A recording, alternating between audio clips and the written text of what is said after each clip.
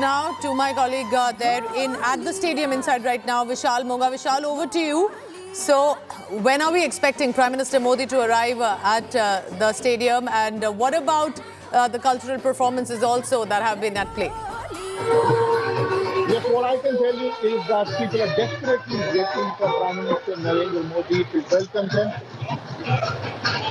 So they're desperately waiting for Prime Minister Narendra Modi, and it is expected that from 10 minutes from now, Prime Minister Narendra Modi, along with the Australian Prime Minister, would be here. Just behind me, you can see the team. People have gathered here in large numbers. A big Indian community, more than 20,000 plus crowd, totally jam-packed and waiting for Prime Minister Narendra Modi to come. And people from all walks of life and from various cities have come here to meet and greet Prime Minister Narendra Modi. Everything is a lot of people. They say that Prime Minister Narendra Modi has really made them proud. He's raised up issues related to the Indian community with the Australian Prime Minister, and that is why this is very important. Prime Minister Narendra Modi had a very crucial meeting with the Australian visitors, where he told them that India is the right place to invest. Now, Australian CEOs in the Australian businesses are making some options. They want to really shift from China towards India, which is very important. That is the main case. And Australian policy is also favorable towards India. It doesn't see India only as a social or cultural partner, but also a strategic partner, a finance partner. That is why a huge warm welcome is expected from the Indian diaspora, who have come here in large number to meet the Prime Minister Narendra Modi. That's correct, Vishal, because in the half an hour itself, I've seen the Ghumar dance from Rajasthan, Bharatnatyam from Tamil Nadu, other state dance or folk songs as well. So that again reflecting the one level of diversity that we have had in India. And we can see, I'm sure, that some of the Australians also sitting there right now looking at all this diverse nature of our culture. But of course, the highlights will be best saved when Prime Minister Modi will be arriving. We're talking about 20,000 people at the Kouros Arena in Sydney in Australia, and 20,000 people there inside the stadium. We're being told it's completely packed. All the tickets have been booked. There was an aircraft that was fully loaded that had come by the diaspora. So now, after other states, it's the turn of, as it looks like, the dance from Assam.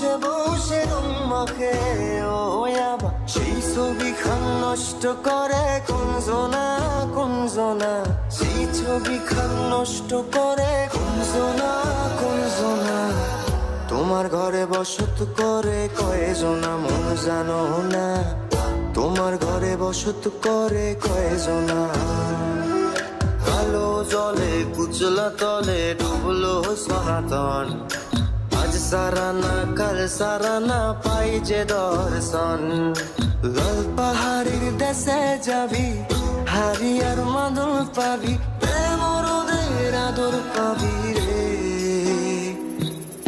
ও নাগর একেবারে মানাইছে নাই রে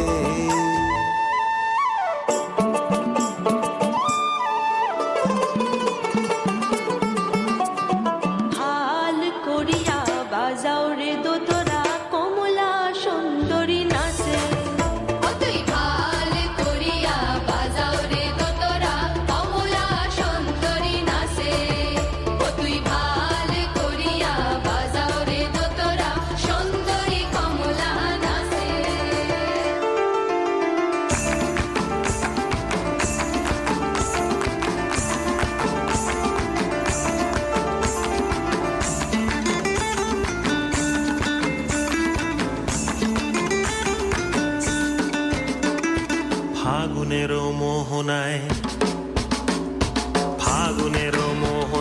মন মাতানো মহুয়ায় রঙ্গিনী বিহুর নেশা কোন আকাশে নিয়ে যায় ফাগুনের মোহনায়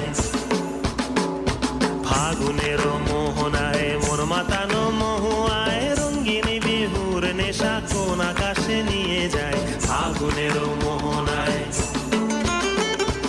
ও মোর মন হারিয়ে যায় মোর মন হারিয়ে যায় কন্যের তোর ভাবনা ঝিলমিলিয়ে যায় রে ঝিলমিলিয়ে যায় ও মোর মন হারিয়ে যায় মোর মন হারিয়ে যায় কন্যের তোর ভাবনা ঝিলমিলিয়ে যায় রে ঝিলমিলিয়ে যায় কোন চেনা দেশের তরে তোর সাথে ইতে পান্তর মোর মনের প্রজাপতি নাচি নাচি ঘুরি ঘুরি উড়ি উড়ি উড়ে যায় মন হারানোর ঠিকানায়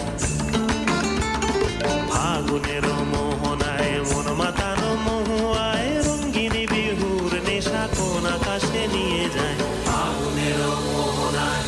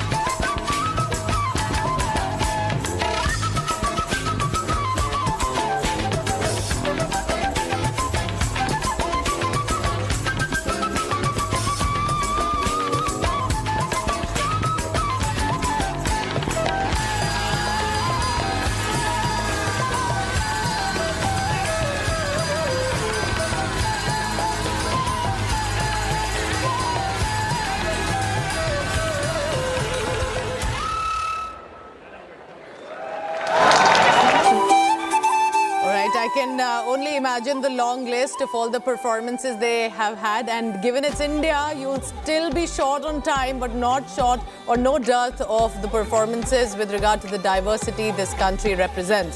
Vishal Monga joining me right now. Vishal, this is only the start. So, of course, I'm sure they've saved the best when Prime Minister Modi arrives.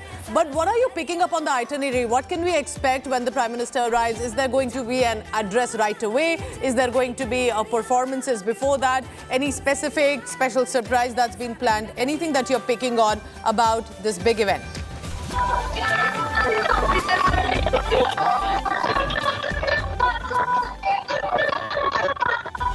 All right, Vishal, I'll come back to you in just a short while. We'll get that audio corrected. Remember, it's packed stadium right now. It's not really easy to get to speak to Vishal also at this time. But you're looking at another performances that's on the ground. And I'll try to replay all that's unfolded in the past as well.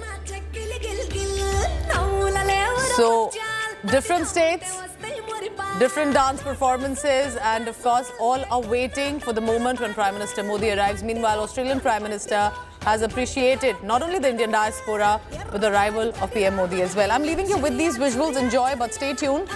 I'm right back after with more news and updates.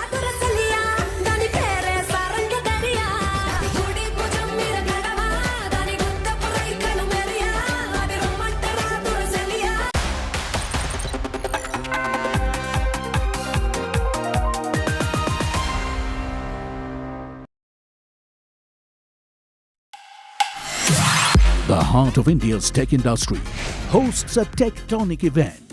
The latest updates in technology and innovation. The biggest names in Indian tech under one roof. From AI to 5G. From EVs to data security. Discover how technology is transforming our lives. Catch all the action at the BT Tech Today Congress in Bengaluru on June 2nd. Live across the Business Today multiverse.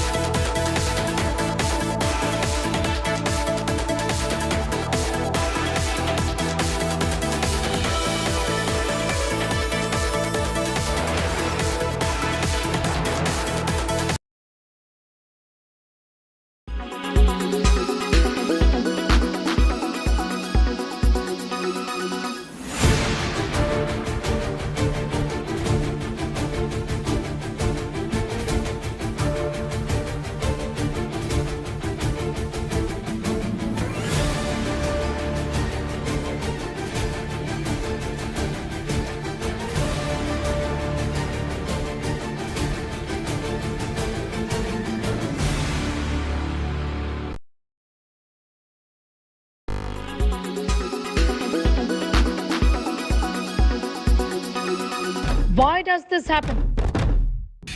Let me tell you the science behind it.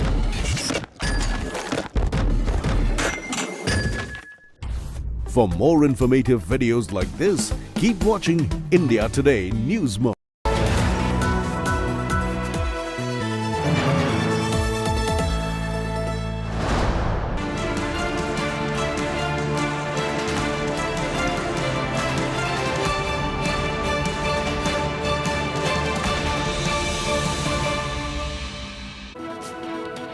Prime Minister Narendra Modi is in Australia, will be at the Sydney Stadium in just the next few minutes. And what a massive extravaganza that the Indian diaspora has prepared. This is the last leg of the three-nation tour. The country welcomed Prime Minister Modi in style. His name even covered the skies of Sydney.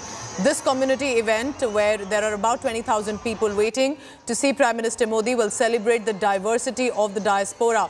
They've assimilated with the Australian life but have kept their culture alive and roots that they are still connected to.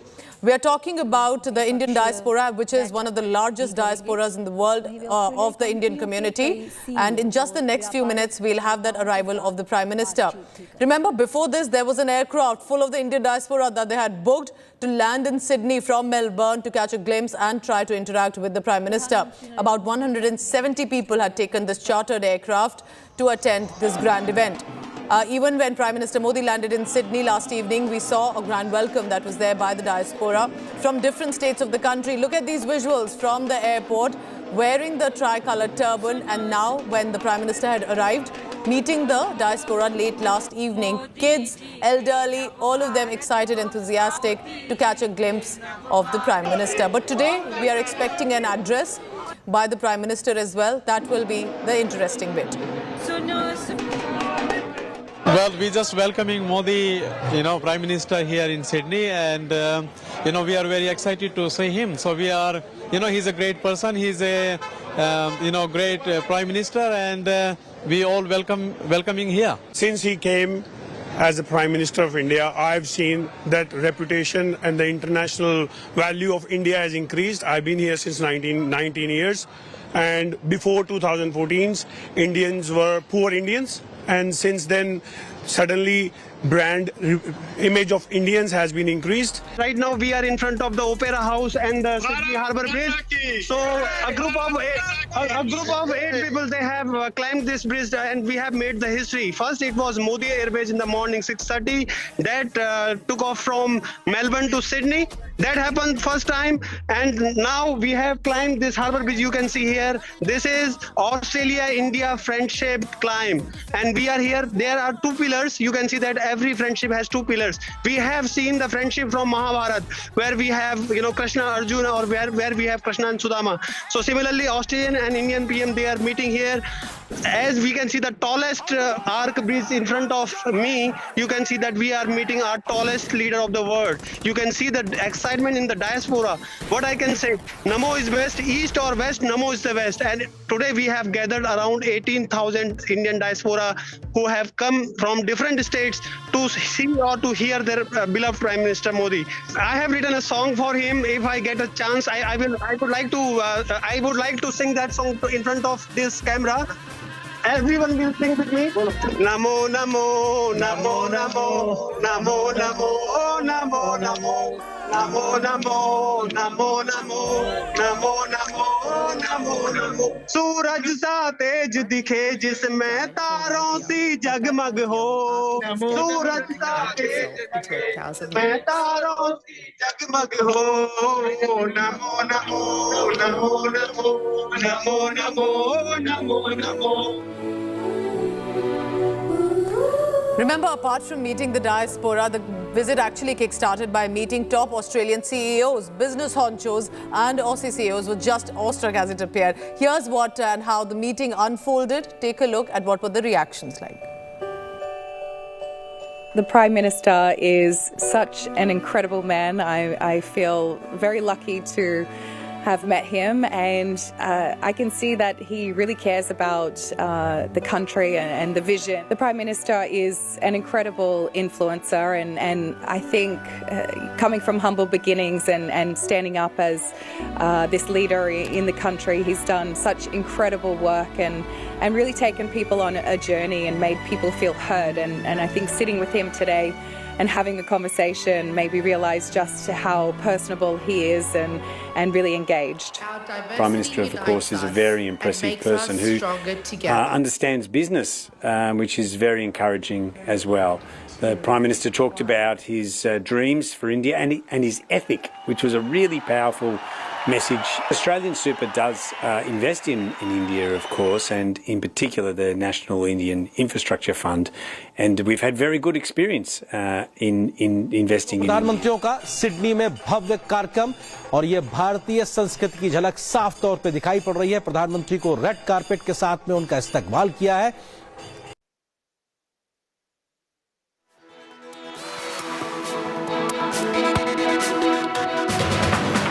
All right, so these are some of the reactions that have come in after meeting the business entrepreneurs. Remember, trade and investment is on top priority for Prime Minister's visit as well, to ensure that it's one people-to-people link, but also more than that, remember, to ensure that they will be able to have investment between Australia and India.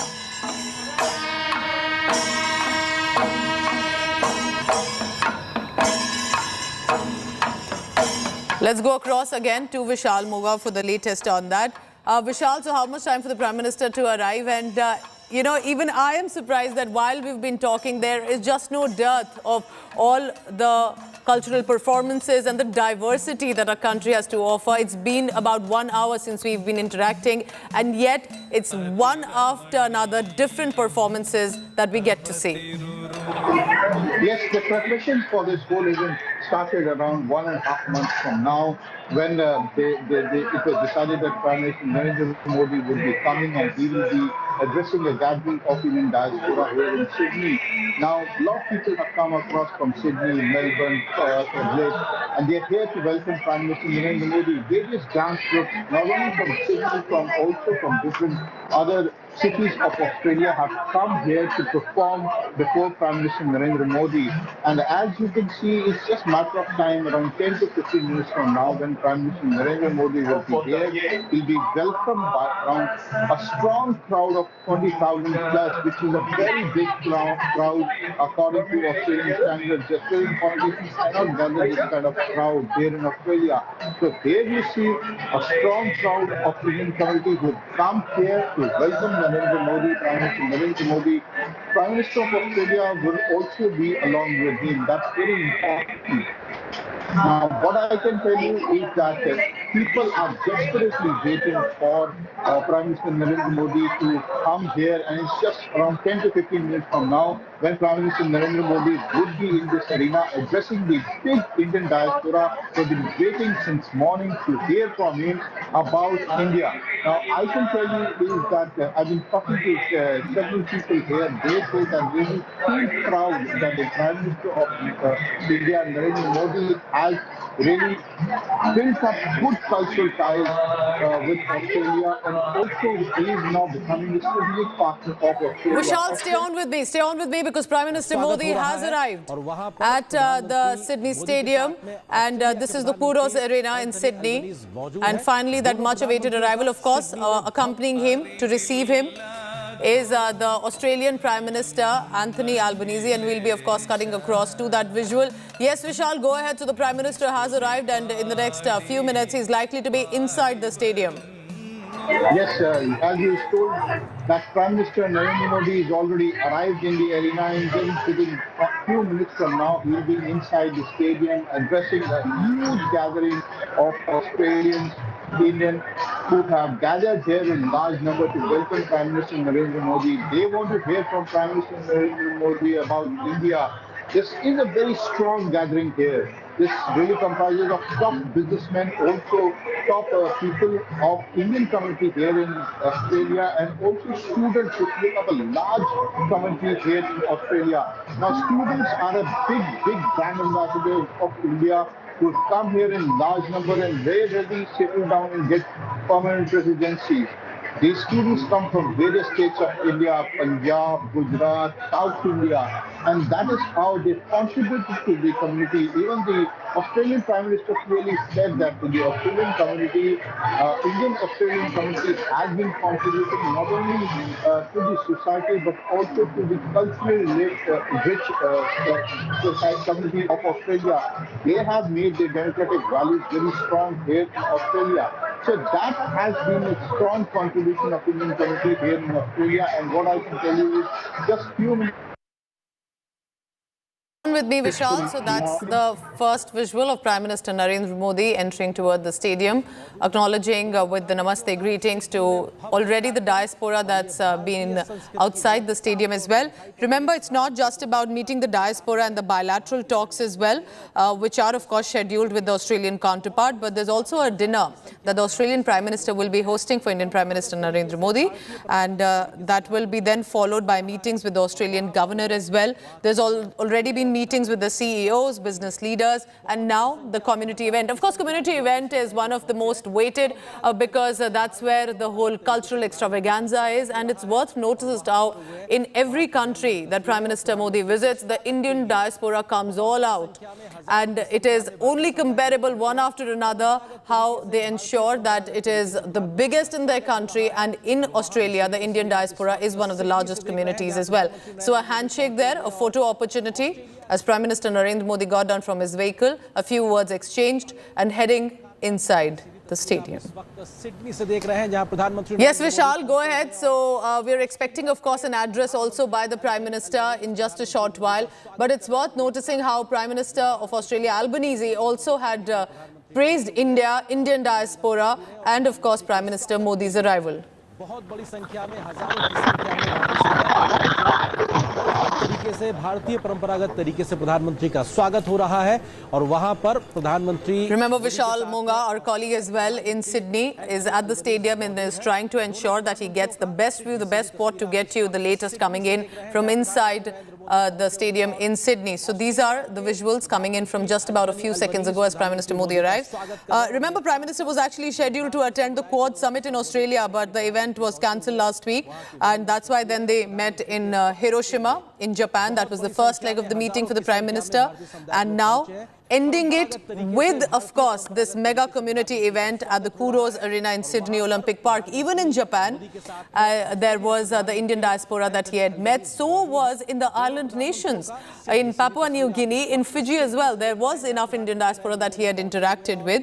But now with the enthusiasm that we have seen here, the cultural diversity at play, and also to the credit of the Indian diaspora that they may have assimilated and are doing so well in Australia, but still so connected to the roots. झंडों के साथ आप देख सकते हैं किस प्रकार से दोनों देशों की दोस्ती और आगे एक तरीके से बढ़ती दिखाई. So this is very interesting. What you're looking is at a native Australian ceremony that's taking place, and this is not just about, like I said, about the Indian diaspora. This is also about as much about Australian culture. Prime Minister Albanese is trying to explain about the native culture, the welcoming ceremony, and how to acknowledge it, appreciate it. He's explaining to the Prime Minister. And these are, of course, the visuals from just about a short while ago. So this is about acknowledging and appreciating each other's culture. As Prime Minister Albanese said, that Indian diaspora is adding to the diversity, to the democracy of Australia with their representation and work. It's been hectic parleys, remember, for the past few days since Prime Minister Modi first went to Japan and then in Australia. और उसके बाद इस community event से पहले हम देख पा रहे हैं यहाँ पर जो दोनों देशों की अपनी एक सांस्कृतिक परंपरा है, उसके तहत यहाँ पर दोनों नेताओं का स्वागत हो रहा है. ये तस्वीरें उसी इवेंट की और ये सिडनी से सीधे तस्वीर. और अब से कुछ देर बाद प्रधानमंत्री नरेंद्र मोदी हजारों की संख्या में पहुंचे हुए तमाम लोगों को संबोधित करेंगे. तमाम एनआरआईज, तमाम भारतीय समुदाय से जुड़े हुए लोग और तमाम ऑस्ट्रेलियाई लोग भी प्रधानमंत्री को सुनने के लिए पहुंचे हैं. और लगातार तस्वीरें सिडनी से जो आ रही हैं वो बताती हैं कि प्रधानमंत्री को सुनने देखने के लिए जो क्रेज है वो अपने आप में अद्वितीय है. हमने पहले भी देखा कि किस प्रकार से जो ऑस्ट्रेलियाई प्रधानमंत्री वो इस बात का जिक्र कर चुके हैं कि उस इवेंट की सीमित संख्या या कहा जाए हजारों की संख्या होने के बाद भी बहुत बड़ी संख्या में लोग जाना चाहते हैं इस इवेंट को सुनने और देखने के लिए, लेकिन हजारों की संख्या में लोगों के आने के बाद भी, उनको अनुमति देने के बाद भी बहुत बड़ी संख्या में लोगों को अनुमति नहीं दी जा पा रही, क्योंकि वो पूरा हॉल एक तरीके से फुल है। तो ये दर्शाता है प्रधानमंत्री को सुनने आने वाले लोगों की संख्या को, कि कैसे ऑस्ट्रेलिया में भी, सिडनी में भी प्रधानमंत्री मोदी को देखने सुनने के लिए बहुत बड़ी संख्या में, हजारों की संख्या में लोग पहुंचे हुए हैं। प्रधानमंत्री 3 देशों की यात्रा पे थे। जापान से शुरुआत करने के बाद पापुआ न्यू गिनी और उसके बाद अब अंतिम चरण में ऑस्ट्रेलिया प्रधानमंत्री पहुंचे हुए। हमने देखा कि आज भी प्रधानमंत्री नरेंद्र मोदी का सुबह से बेहद महत्वपूर्ण कार्यक्रम था। तमाम बड़े बड़े बिजनेस लीडर्स के साथ, जो ऑस्ट्रेलिया के बिजनेस लीडर्स हैं, उनके साथ प्रधानमंत्री नरेंद्र मोदी ने मुलाकात की है और भारत की अर्थव्यवस्था में किस प्रकार से आगे मिलकर सहयोग को बढ़ाया जा सकता है उस पर साफ तौर से बात हुई। इतना ही नहीं, तमाम ऐसे इन्फ्लुएंसर्स जो ऑस्ट्रेलिया में एक बड़ा नामचीन लोग हैं, उन्होंने भी आकर प्रधानमंत्री मोदी से मुलाकात की है, जो इस बात को दर्शाता है कि तमाम ऑस्ट्रेलियाई लोगों में या ऑस्ट्रेलिया के तमाम नामचीन लोगों में भी प्रधानमंत्री मोदी को लेकर किस प्रकार का क्रेज है। ये तस्वीरें हमने लगातार देखी हैं और अब कम्युनिटी इवेंट पे प्रधानमंत्री का पहुंचना, और अब से कुछ ही देर में वो तस्वीरें भी हमारे सामने होंगी जब प्रधानमंत्री इस पूरे इवेंट को संबोधित करेंगे। ये बेहद महत्वपूर्ण, क्योंकि भारत ऑस्ट्रेलिया के आपसी संबंधों के लिहाज से बात की जाए तो महज 2-3 महीने पहले ही ऑस्ट्रेलिया के प्रधानमंत्री हिंदुस्तान थे और उस वक्त भी हमने उनके जो दोनों देशों के नेताओं की केमिस्ट्री थी वो देखा था। क्रिकेट डिप्लोमेसी भी देखने को मिली थी। भारत और ऑस्ट्रेलिया के बीच के क्रिकेट मैच पे देखने के लिए दोनों देशों के प्रधानमंत्री पहुंचे थे और प्रधानमंत्री एंथनी एल्बनीज ने बहुत खुशी जाहिर की थी भारत के प्रधानमंत्री और भारत के द्वारा उनके जो स्वागत किया गया था, और भारत के साथ संबंधों को आगे बढ़ाने के लिए ये बेहतर मौका। और महज 2-3 महीने में के अंदर ही प्रधानमंत्री मोदी का ऑस्ट्रेलिया जाना ये दिखाता है, दर्शाता है कि किस प्रकार से भारत और ऑस्ट्रेलिया मिलकर तमाम क्षेत्रों में सहयोग को आगे बढ़ाने के लिए तत्पर और उत्सुक नजर आ रहे हैं। दोनों नेताओं के चेहरों की खुशी इस बात को इंगित करती है कि तमाम ऐसे क्षेत्रों को खोजा गया है जिन पर अब दोनों देश मिलकर सहयोग। All right, so Prime Minister Narendra Modi at the stadium in Sydney, where the Indian diaspora have clearly arranged an extravaganza. That's the first visual of Prime Minister Modi entering into the stadium. Remember, this is the largest entertainment and sporting arena of Australia, and that's where the Indian diaspora has managed to book the event. This is after ensuring a fully loaded aircraft with 170 diaspora members who wanted to be a part of this event came from Melbourne to Sydney because they did not want to miss meeting and interacting and being a part of this event. You're also looking at a native Australian ceremony to welcome, where the Australian Prime Minister is helping Prime Minister Modi understand what it's about. And this shows the cultural ties. It's as much about Indian diaspora, it's also to understand the Australian culture. It's a friendship that benefits both Australia and India. It's not just about the Indian diaspora working there or going there for education, but it's as much about the Australian business community with trade and investment for those who are interested to visit, to live in India, and that importantly will be all discussed. We are being told that the trade ties have only been strengthened in the past few years, and now it's adding on to it. Now, if you were wondering why is it just about this meeting, we earlier spoke to the former Australian Prime Minister Tony Abbott as well. He was all praises for the Prime Minister Modi and said India is at a juncture of becoming a global superpower, and we need another democratic government, a country that can become the next superpower as well. So, of course, all praises there, and this you're looking at. Let's listen in to the religious prayers and ceremony on display. मंत्रोच्चार का वहां पे आयोजन होता है, वो परंपरागत तस्वीरें भी साफ तौर पे देखने को मिल रही है। इससे पहले हमने देखा कि ऑस्ट्रेलियाई परंपरा के अनुसार प्रधानमंत्री मोदी का स्वागत किया गया, और यहाँ पर भारतीय जो संस्कृति है, भारतीय परंपरा है, उसकी मान्यताओं के आधार पर किसी मेहमान का जब स्वागत। Joining me now in this telecast is our managing editor Gaurav Sawant with the latest. Gaurav, what an extravaganza this has been, but it is beyond that, isn't it? It's also about prominent Australian public figures. It's about people from different diverse fields interacting with each other and boosting India-Australia ties. So the Indian diaspora is the fastest growing diaspora in Australia. As of now, just about the same as the Chinese, but far more powerful, far more positive impact as Australians themselves put it to the development of Australia. And what a change. So initially, when Indians were there in Australia, the buzz was that they're involved in a lot of blue-collar jobs. But, as delivery people, or involved in other factories. But right now, when you talk about Indians in Australia, it's all about CEOs of big companies. It's all about Indians being very in large numbers going there for education, going there for tourism, it's almost 500,000 strong Indian diaspora and growing. Contributing positively to Australia's economy and to Australia's society. So this is something that the Australians are very positive about. They're looking forward to. Incidentally, there was also a report that said how the Sanatan Dharma is growing at a rapid pace in Australia, spreading its wings and education far and wide. So that is something that's also being talked about in Australia, as is the very strong economic, cultural and military relationship between the two countries, Pooja. And also look at the level to which they have managed to organize this. This also speaks highly of the Indian diaspora and its achievements in Australia. Booking a full aircraft, booking a stadium as big as this one in Australia, which is the largest sporting entertainment arena, ensuring that they have the diaspora, they have the cultural ties to display. This also shows that the Indian diaspora is managing to make its mark in Australia, Gaurav. It indeed is. And look at this warm hug. Look at this warm hug between Prime Minister Narendra Modi and the Australian Prime Minister Anthony Albanese. One, their personal chemistry. Two, the fact that they're meeting multiple times in the same year. You'd recall in March, around the time that we were all celebrating Holi, the Australian Prime Minister was in India, and he was in India. They'd gone to the Narendra Modi Stadium in Gujarat. They saw the India-Australia match, and Prime Minister Anthony Albanese even spoke about it. The crowd, of course, there was much bigger, 90,000 people.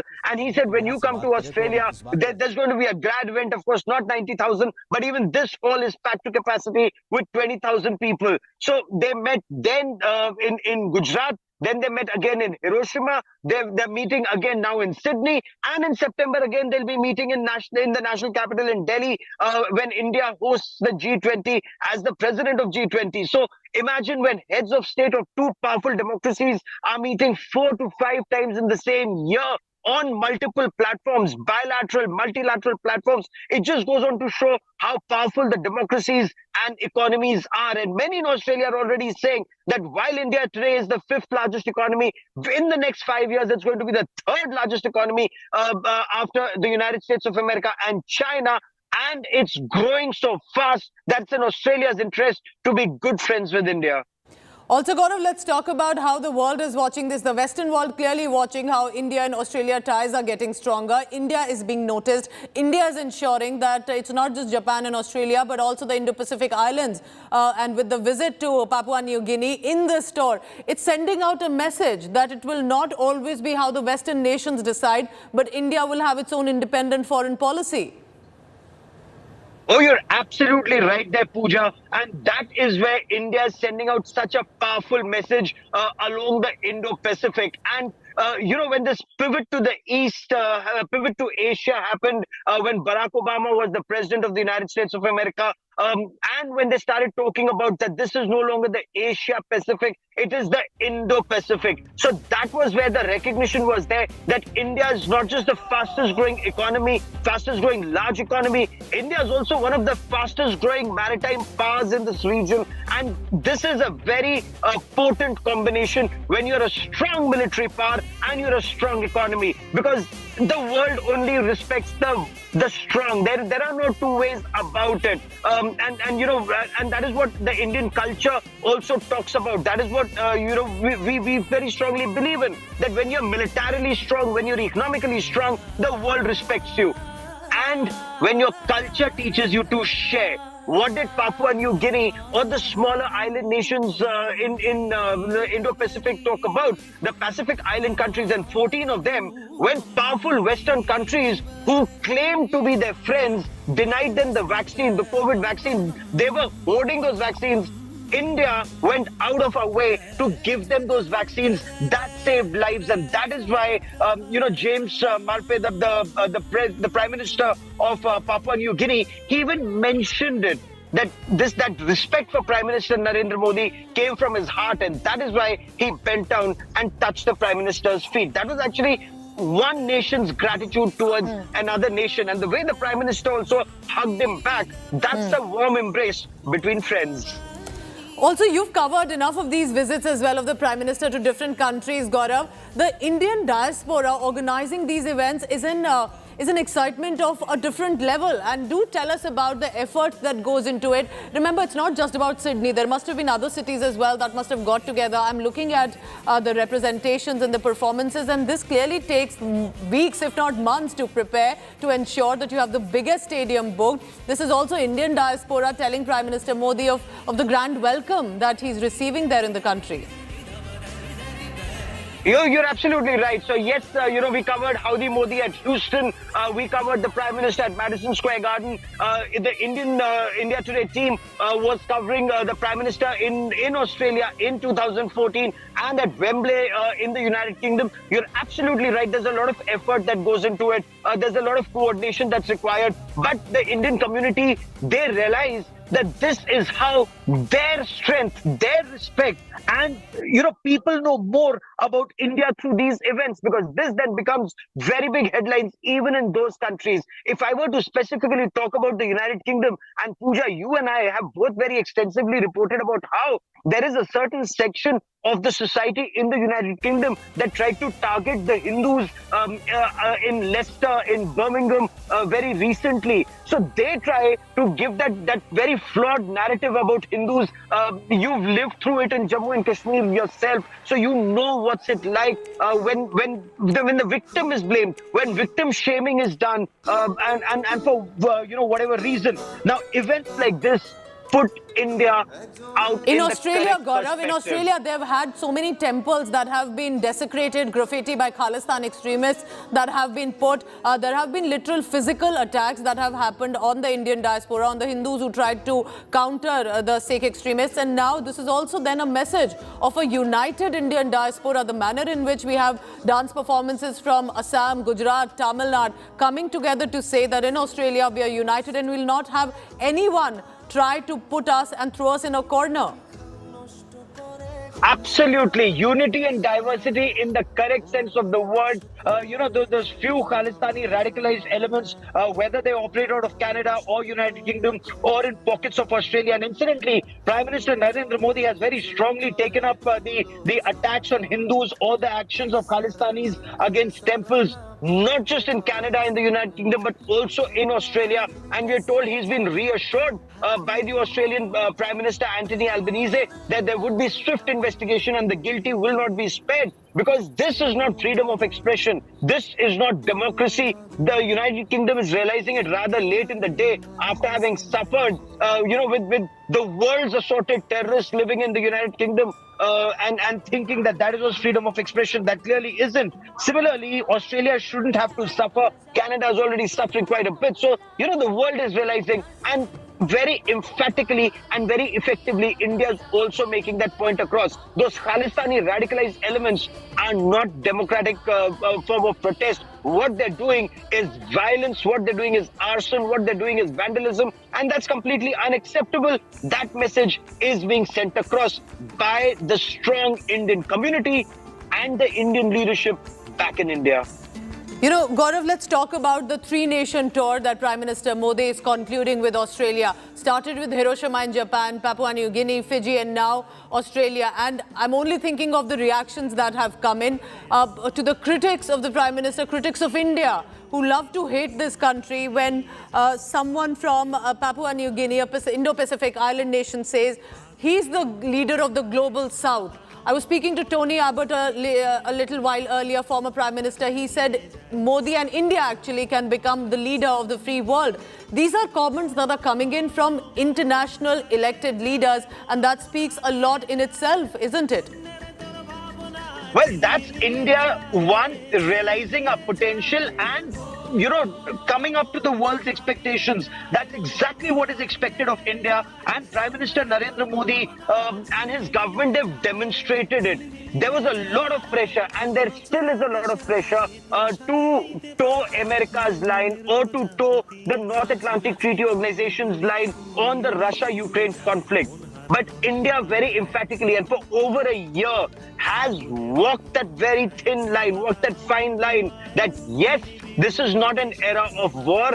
We are not with expansionist forces. At the same time, democracy, dialogue and diplomacy is the solution, not military action.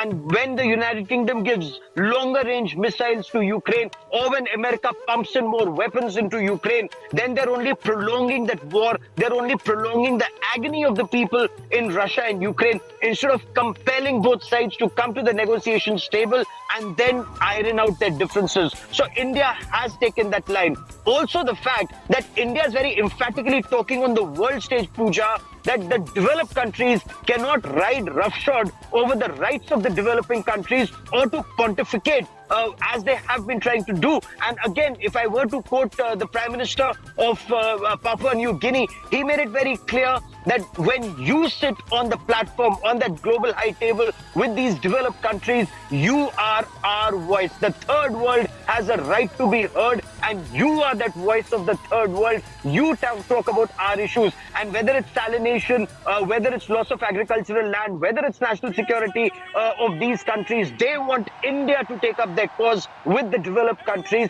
And India actually walks the talk and demonstrates its capabilities, not just by words, but by actions. And Vaccine Maitri was one such example. Again, Gaurav, I request you to stay on with me, because we have live visuals coming in right now from just outside the arena where Prime Minister Modi has arrived. Let's dip into that audio. Gaurav, stay on with me. I'll continue with the perspective with you.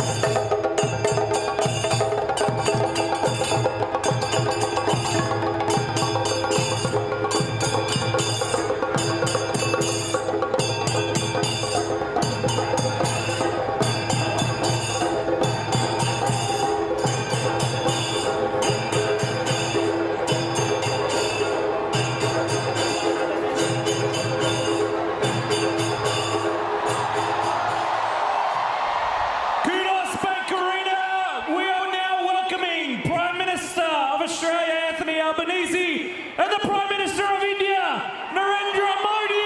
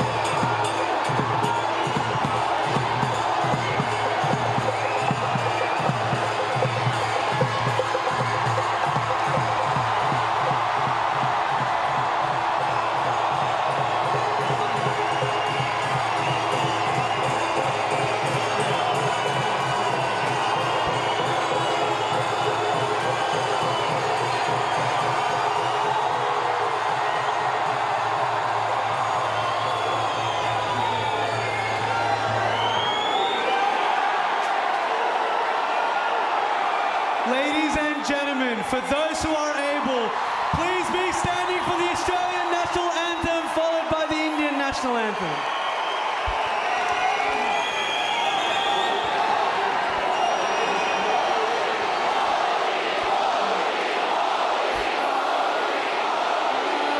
Australians, oh, let us rejoice, for we are one and free. We've got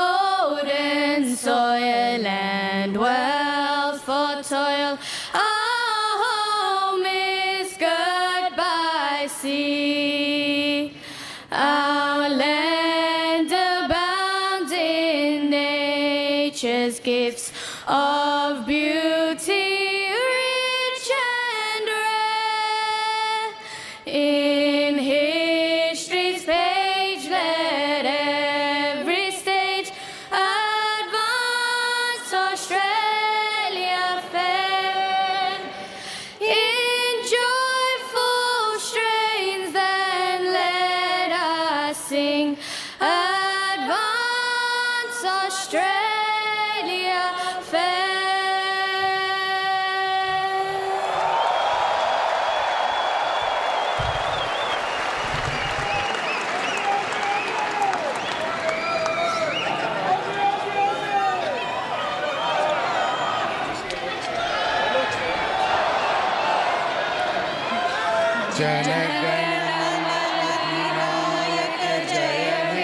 Bharat भाग्य विधाता, पंजाब सिंध गुजरात मराठा द्राविड़ उत्कल गंगा, विंध्य हिमाचल यमुना गंगा, उच्छल जलधि तरंगा।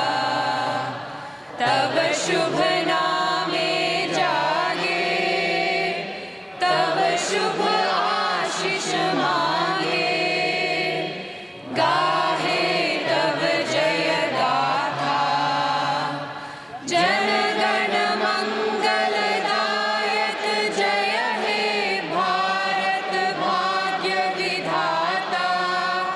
जय हे, जय हे, जय हे, जय जय जय जय हे।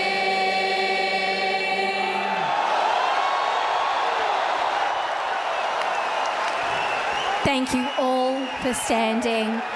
What an incredible crowd, what an incredible feeling.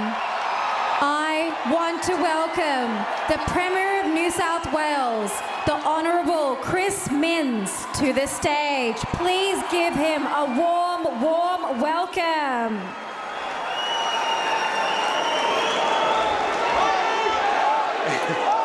Good evening, everybody. As Premier of New South Wales, it's my great pleasure to welcome all of you to the Kudos Frank Arena for this special event. And I, of course, particularly want to warmly welcome the Prime Minister of India, Prime Minister Modi.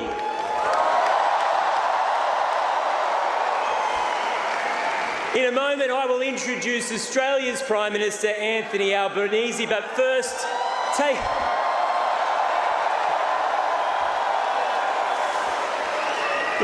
take a look at the scale of tonight's event. It's huge. It's part of Australia's largest story. More and more people from India have come to Australia to call it their home. They've built businesses, started families, undertaken studies, established places of worship. You've created community while keeping your culture and traditions. We come from many different backgrounds in Australia, but we are stronger together. And tonight you can see that strength. In fact, you can hear it. Friends, the Indian diaspora is the nation's fastest growing. There are 750,000 people that have Indian ancestry in this country. And that includes the Treasurer of New South Wales, Daniel Mookhey, who swore his oath of allegiance on the Bhagavad Gita. Friends, he was the first Australian minister to do so, but he will not be the last. And so tonight we roll out the red carpet for the Prime Minister of India. We thank him for coming, but we want to pay a special tribute to all those Indian Australians who've made this country so great. Enjoy the night.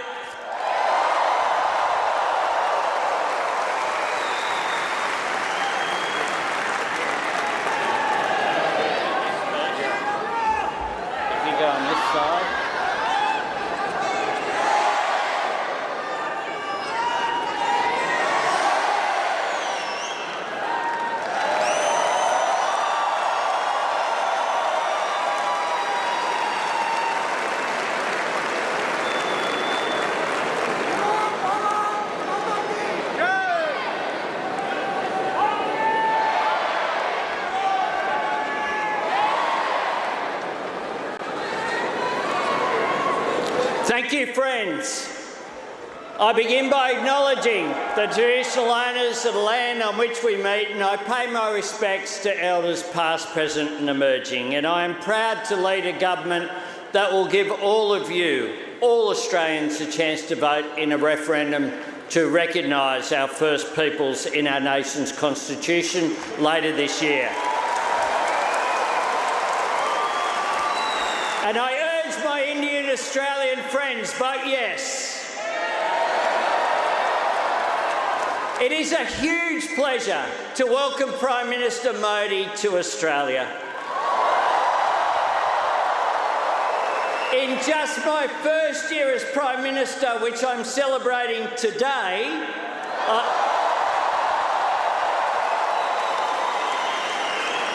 I have met the Prime Minister, my friend, 6 times. But absolutely nothing beats standing with him on a stage like this, looking out at this magnificent sea of faces. What an honour. And what a joy it is to get to welcome Prime Minister Modi here with all of you. I get to speak to some pretty big crowds as Prime Minister, but I have to say that the warmth and the energy here tonight is absolutely second to none.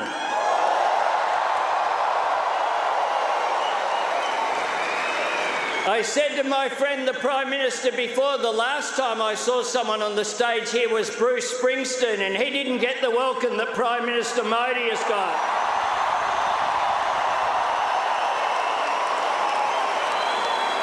Prime Minister Modi is the boss.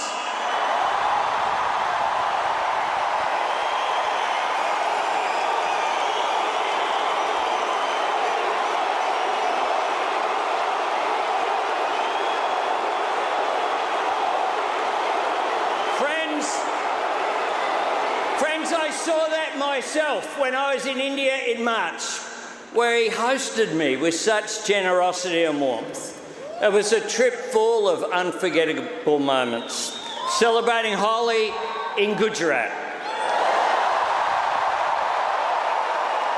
laying a wreath for the great Mahatma Gandhi in New Delhi, and doing a lap, something I will never quite forget, of the incredible stadium at Ahmedabad on day 1 of the 4th Test. Everywhere I went, I felt that deep sense of connection between the people of Australia and the people of India. It's a warmth. It is a warmth I also felt when I backpacked around India for 5 weeks in 1991. And I say this to my friends from the Australian Parliament who are here today. If you want to understand India, travel by train and video bus.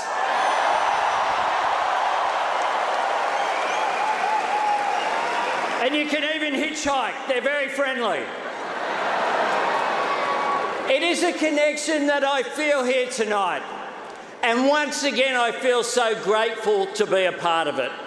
Your million-strong community has contributed so much to this country.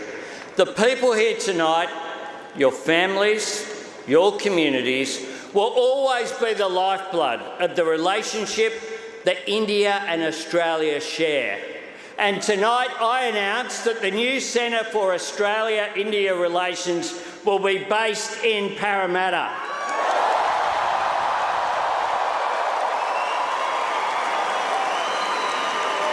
A place that itself is a testament to the vitality of the Indian-Australian experience. One that after last night has a proud Indian Australian, Samir Pandey, as its Lord Mayor. Congratulations. Now we want to see more connections, more Australian and Indian students living and studying in each other's countries and bringing those experiences home. More business leaders and artists and families sharing your experiences and your knowledge and your ideas. Prime Minister Modi and I have just unveiled a plaque for the foundation stone of the Little India Gateway in Harris Park.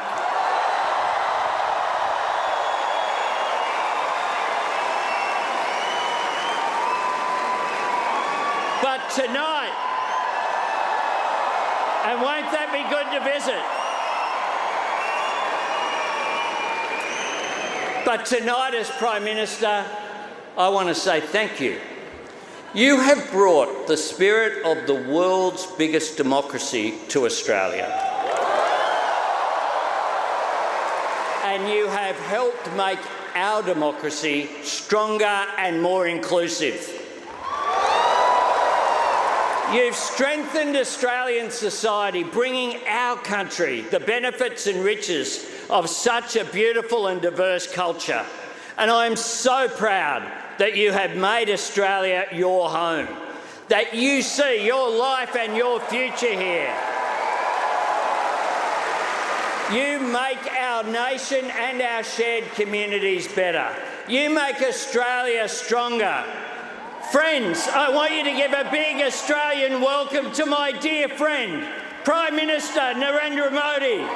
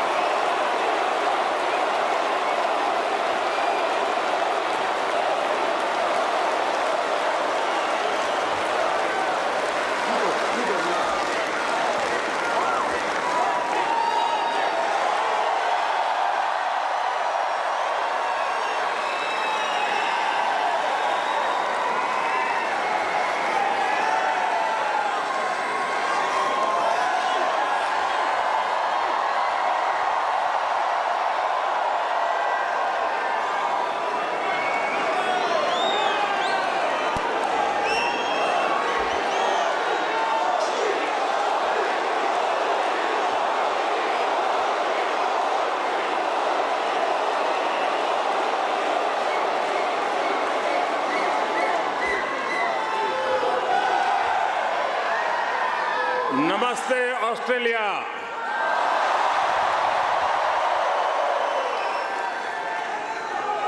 Australia के प्रधानमंत्री और मेरे प्रिय मित्र his excellency Albanese, Australia के पूर्व प्रधानमंत्री his excellency Scott Morrison,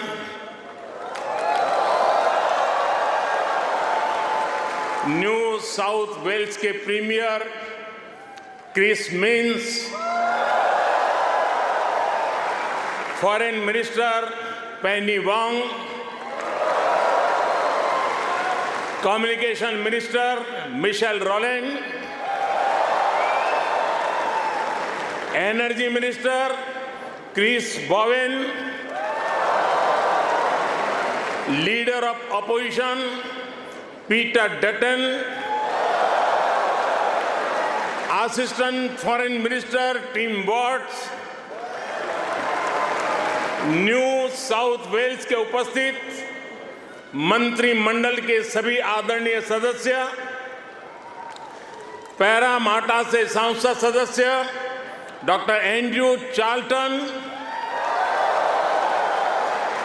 यहां उपस्थित ऑस्ट्रेलिया के सभी सांसद सदस्य, मेयर, डिप्टी मेयर, काउंसिलर्स और ऑस्ट्रेलिया में रह रहे प्रवासी भारतीय जो आज इतनी विशाल संख्या में उपस्थित हुए हैं, आप सबको मेरा नमस्कार।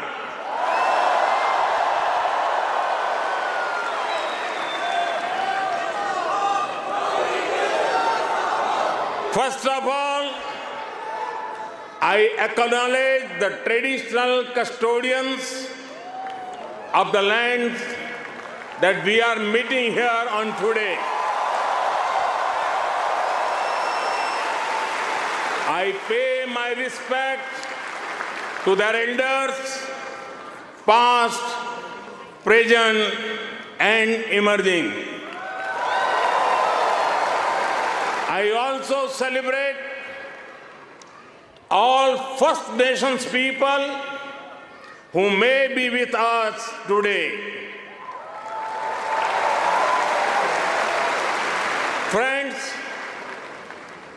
मैं जब 2014 में आया था तो आपसे एक वादा किया था। वादा ये था कि आपको फिर भारत के किसी प्रधानमंत्री का 28 साल तक इंतजार नहीं करना पड़ेगा।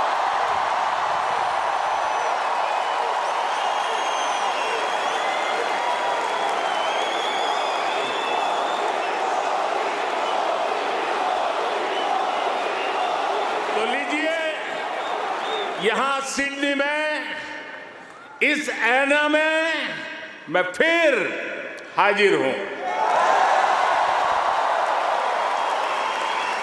और मैं अकेला नहीं आया हूं। प्रधानमंत्री अल्बेनीजी भी मेरे साथ आए हैं। मिस्टर प्राइम मिनिस्टर, अपने बहुत व्यस्त कार्यक्रम में से हम सभी के लिए आपने समय निकाला है। ये हम भारतीयों के प्रति आपके स्नेह को दर्शाता है। आपने जो अभी कहा वो दिखाता है कि ऑस्ट्रेलिया के मन में भारत के प्रति कितना प्रेम है। इसी वर्ष मुझे प्रधानमंत्री जी का भारत की धरती पर अहमदाबाद में स्वागत करने का अवसर मिला था।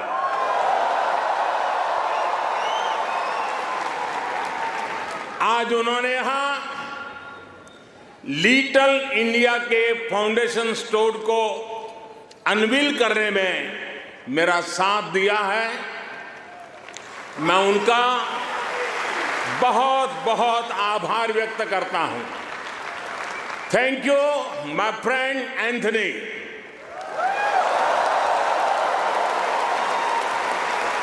ये लिटिल इंडिया ऑस्ट्रेलिया के विकास में भारतीय समुदाय के योगदान का भी एक रिकॉग्निशन है। मैं न्यू साउथ वेल्स के प्रीमियर, पैरामाटा शहर के मेयर, डिप्टी मेयर और काउंसिलर्स को इस विशेष सम्मान के लिए धन्यवाद देना चाहता हूं। साथियों, मुझे खुशी है कि न्यू साउथ वेल्स में प्रवासी भारतीय समुदाय से कई लोग सार्वजनिक जीवन में सक्रिय भागीदारी कर रहे हैं, अपनी पहचान बना रहे हैं। वर्तमान न्यू साउथ वेल्स की सरकार में डिप्टी प्रीमियर, प्रूकार, ट्रेजरर डेनियल मुखी बड़ा कंट्रीब्यूशन कर रहे हैं। और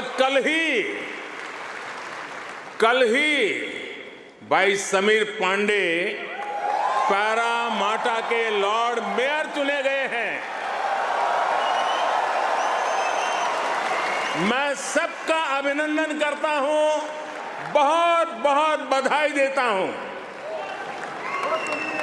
साथियों, आज जब पैरामाटा में यह सब हो रहा है, तभी ये जानकारी भी आई है कि पश्चिमी ऑस्ट्रेलिया के पर्थ शहर में भारतीय सैनिक नयन सिंह सैलानी के नाम पर सैलानी एवेन्यू बनाया गया है।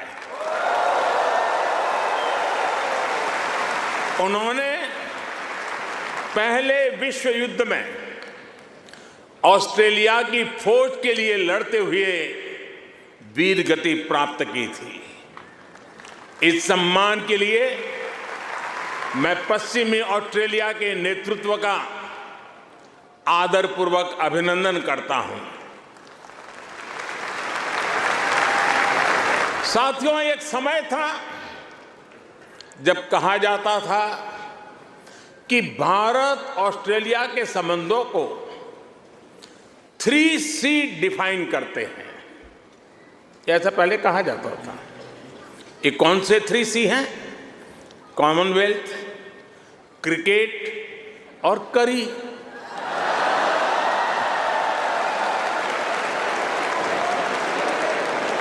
इसके बाद कहा गया कि भारत ऑस्ट्रेलिया के संबंध 3D पर आधारित है।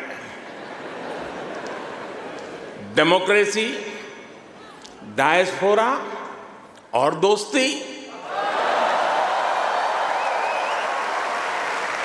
कुछ लोगों ने यह भी कहा कि भारत ऑस्ट्रेलिया के संबंध 3E पर आधारित है।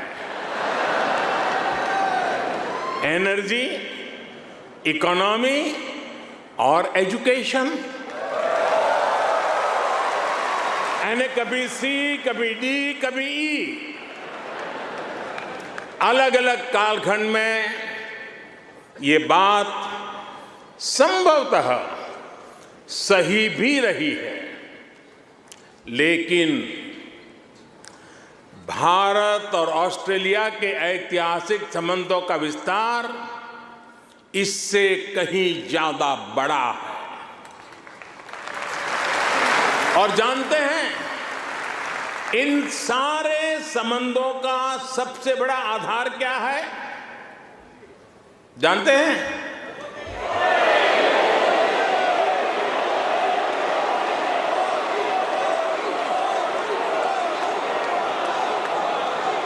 जी नहीं, सबसे बड़ा आधार है म्यूचुअल ट्रस्ट और म्यूचुअल रिस्पेक्ट।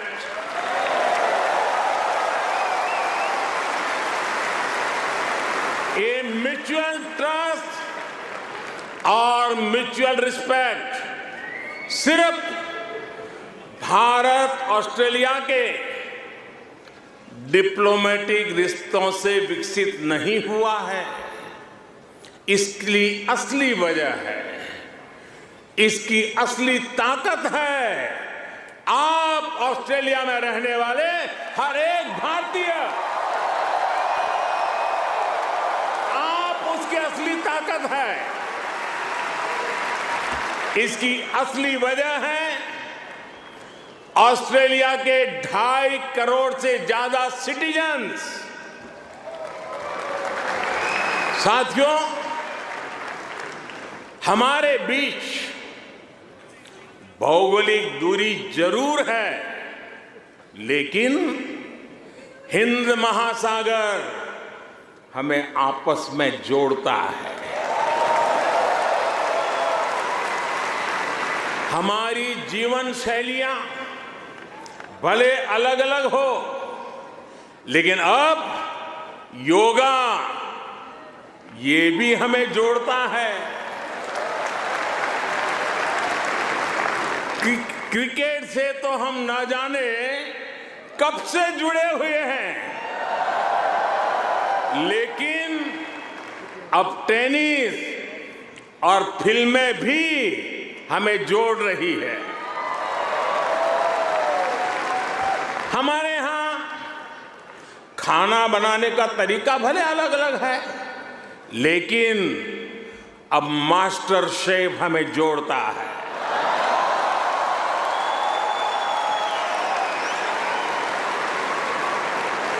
हमारे यहां पर्व त्योहार भले अलग अलग मनाए जाते हैं, लेकिन हम जुड़े हुए हैं दिवाली की रौनक से, बैसाखी के जश्न से। हमारे यहां भाषाएं भले अलग अलग बोली जाती हो, लेकिन हम जुड़े हुए हैं मलयालम, तमिल, तेलुगु, पंजाबी, हिंदी भाषाएं पढ़ाने वाले इतने सारे स्कूलों से। साथियों, ऑस्ट्रेलिया के लोग, यहाँ के निवासी इतने विशाल हृदय के हैं, दिल के इतने अच्छे और सच्चे हैं कि भारत की इस विविधता को खुले दिल से स्वीकारते हैं।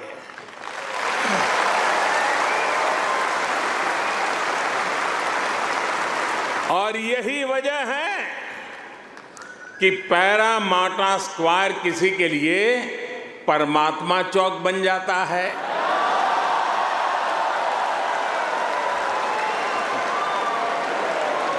विक्रम स्ट्रीट भी विक्रम स्ट्रीट के रूप में मशहूर हो जाती है और हैरिस पार्क कई लोगों के लिए हरीश पार्क हो जाता है।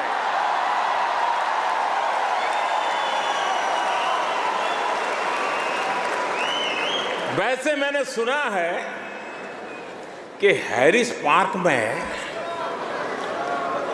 चटका की चाट,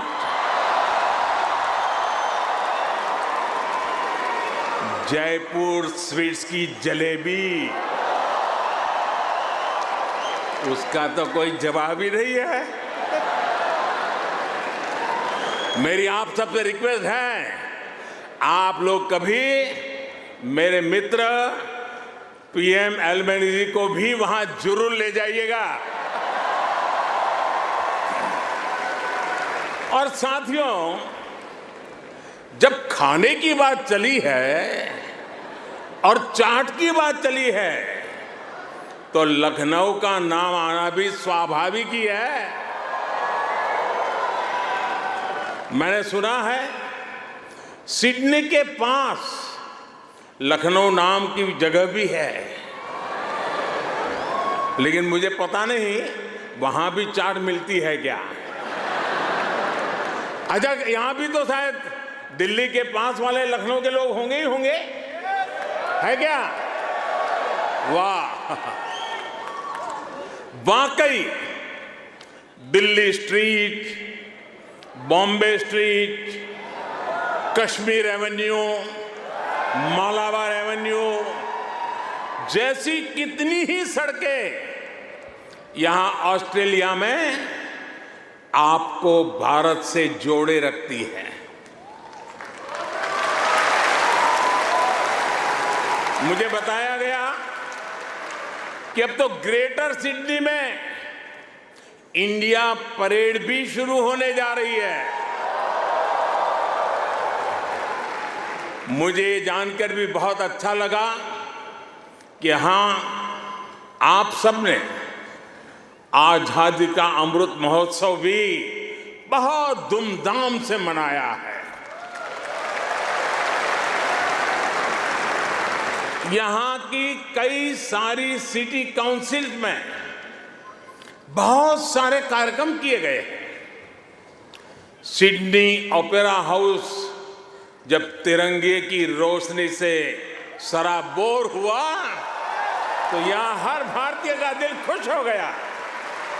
हिंदुस्तान में भी जय जयकार हो रहा था। और इसके लिए मैं न्यू साउथ वेल्स गवर्नमेंट का विशेष तौर पर आभार व्यक्त करता हूं।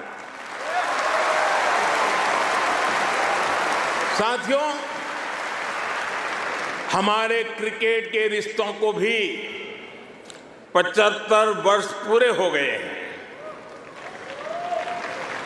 क्रिकेट की फील्ड पर मुकाबला जितना रोचक होता है, उतनी ही गहरी ऑफ द फील्ड हमारी दोस्ती है। इस बार तो ऑस्ट्रेलिया की अनेक विमेन क्रिकेट प्लेयर भी पहली बार भारत में आईपीएल खेलने आई थी।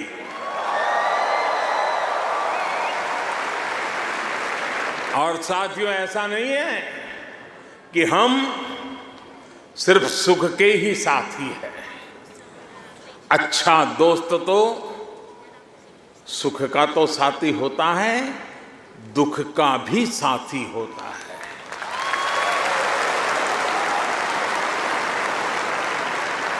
पिछले साल जब महान शेन बॉर्न का निधन हुआ तो ऑस्ट्रेलिया के साथ कोटि कोटि भारतीयों ने भी शोक मनाया।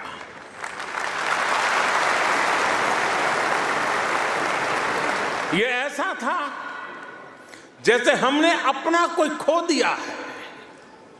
साथियों, आप सभी यहां ऑस्ट्रेलिया में हैं, यहां के विकास को देख रहे हैं।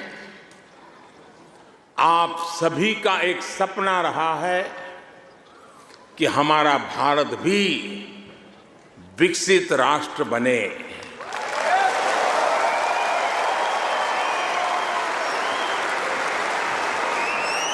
है ना आपका सपना? है ना आपका सपना? है ना आपका सपना? जो सपना आपके दिल में है, वो सपना मेरे दिल में भी है। ये मेरा भी सपना है। 140 करोड़ भारतीयों का सपना है। साथियों, भारत के पास सामर्थ्य की कमी नहीं है। भारत के पास संसाधनों की कमी भी नहीं है। आज दुनिया की सबसे बड़ी और सबसे युवा टैलेंट फैक्ट्री जिस देश में है वो है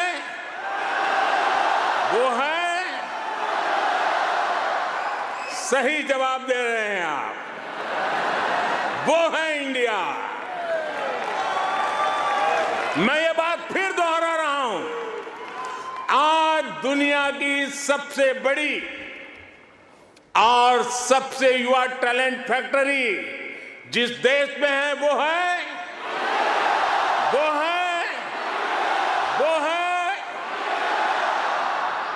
और अब मैं आपके सामने ऐसे ही कुछ फैक्ट रखूंगा और आपसे सही उत्तर जानना चाहूंगा। ठीक है? रेडी? कोरोना की इस ग्लोबल पैंडेमिक में जिस देश ने दुनिया का सबसे तेज वैक्सीनेशन प्रोग्राम चलाया, वो देश है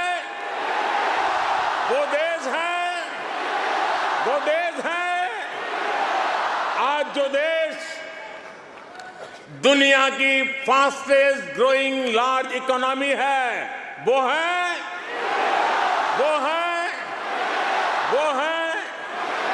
आज जो देश दुनिया में नंबर 1 स्मार्टफोन डेटा कंज्यूमर है वो देश है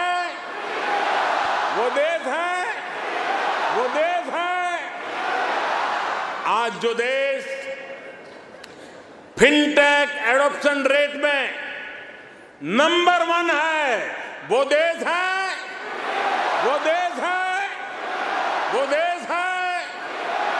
आज जो देश मिल्क प्रोडक्शन के मामले में दुनिया में नंबर 1 है वो देश है आज जो देश इंटरनेट यूजर्स की संख्या में दुनिया में नंबर 2 पर है वो है आज जो देश दुनिया का सेकंड लार्जेस्ट मोबाइल मैन्युफैक्चरर है वो देश है आज जो देश rice, wheat, sugarcane production के मामले में दुनिया में नंबर 2 पर है वो है आज जो देश फ्रूट और वेजिटेबल प्रोडक्शन में दुनिया में नंबर 2 पर है, वो है आज जिस देश में दुनिया का तीसरा सबसे बड़ा स्टार्टअप इकोसिस्टम है, वो है दुनिया का तीसरा सबसे बड़ा ऑटोमोबाइल मार्केट जिस देश में है, वो देश है दुनिया का तीसरा सबसे बड़ा सिविल एविएशन मार्केट जिस देश में है, वो देश है। और अब जो देश अगले 25 साल में विकसित होने के लक्ष्य के साथ आगे बढ़ रहा है, वो देश है। साथियों, आज IMF भारत को ग्लोबल इकोनॉमी का ब्राइट स्पॉट मानता है। वर्ल्ड बैंक का विश्वास है कि ग्लोबल हेडविंड्स को अगर कोई चुनौती दे रहा है तो वो भारत है। आज दुनिया के कई देशों में बैंकिंग सिस्टम पर संकट है, लेकिन दूसरी तरफ भारत के बैंकों की मजबूती की आज चारों तरफ प्रशंसा हो रही है। दुनिया में 100 साल में आए सबसे बड़े संकट के बीच भारत ने बीते वर्ष रिकॉर्ड एक्सपोर्ट किया है। आज हमारा फॉरेक्स रिजर्व नई बुलंदियां छू रहा है। फ्रेंड्स, भारत ग्लोबल गुड के लिए कैसे काम कर रहा है, इसका उदाहरण हमारा डिजिटल स्टैक है। आप सभी भारत के फिनटेक रिवॉल्यूशन से भली भांति परिचित है। आपको याद होगा, जब मैं 2014 में यहां आया था, तब मैंने आपसे एक सपना साझा किया था। मेरा वो सपना था कि भारत में गरीब से गरीब का अपना बैंक खाता हो।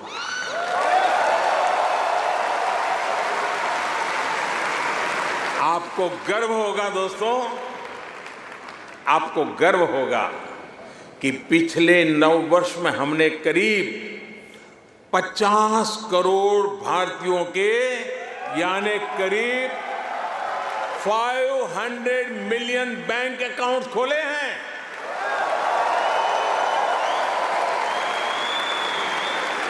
और सिर्फ बैंक अकाउंट खोलना ही हमारी सफलता, हम वहां अटकते नहीं हैं। इसने भारत में पब्लिक सर्विस डिलीवरी के पूरे इकोसिस्टम को ट्रांसफॉर्म कर दिया। हमने Jan Dhan bank account, mobile phone और आधार आईडी की एक जैम ट्रिनिटी, JAM ट्रिनिटी बनाई है। आप सोचिए, इसे एक क्लिक पर करोड़ों देशवासियों तक डायरेक्ट बेनिफिट ट्रांसफर DBT संभव हुआ है। और आपको और खुशी होगी, बीते 9 वर्षों में, यह आंकड़ा भी आपको बहुत आनंद देगा, बीते 9 वर्षों में 28 लाख करोड़ रुपए यानी 500 बिलियन ऑस्ट्रेलियन डॉलर से भी ज्यादा सीधे जरूरतमंदों के बैंक अकाउंट में भेजे गए हैं।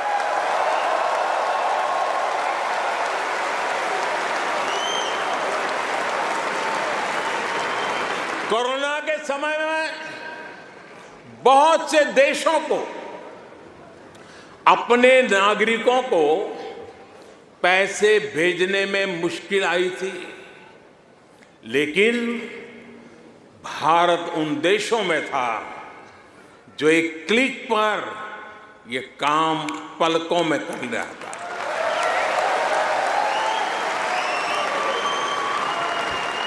यूनिवर्सल पब्लिक इंटरफेस यानी यूपीआई ने भारत में फाइनेंशियल इंक्लूजन को नई ऊंचाई पर पहुंचा दिया है। आज दुनिया के 40% 40% रियल टाइम डिजिटल पेमेंट्स अकेले भारत में होते हैं।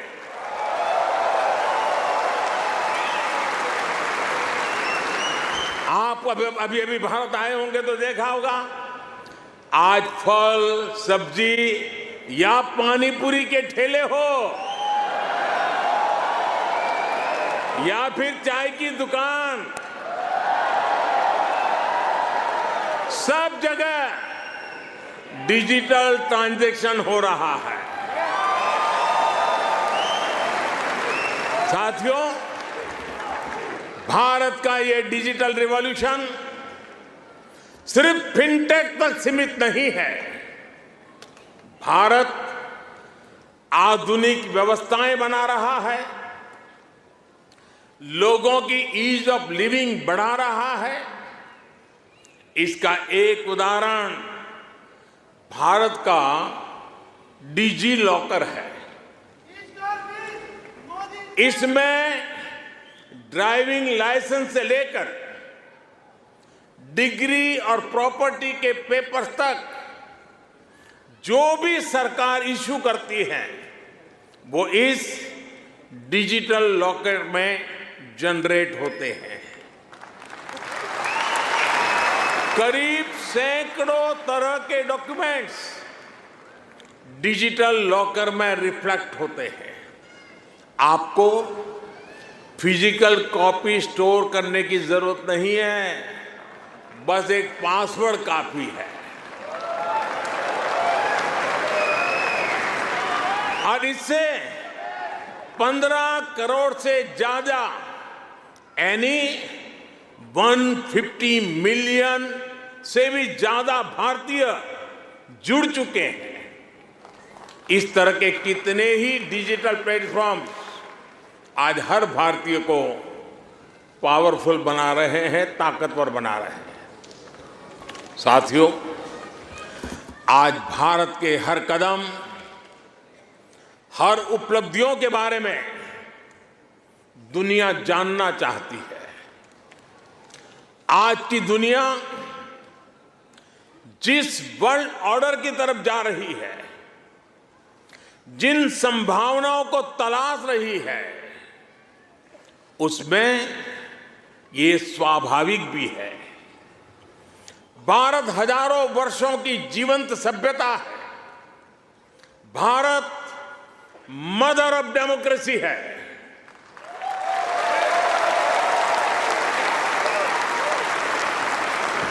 हमने समय के अनुसार खुद को ढाला है, लेकिन अपने मूल सिद्धांतों पर, फंडामेंटल्स पर हमेशा टिके रहे हैं।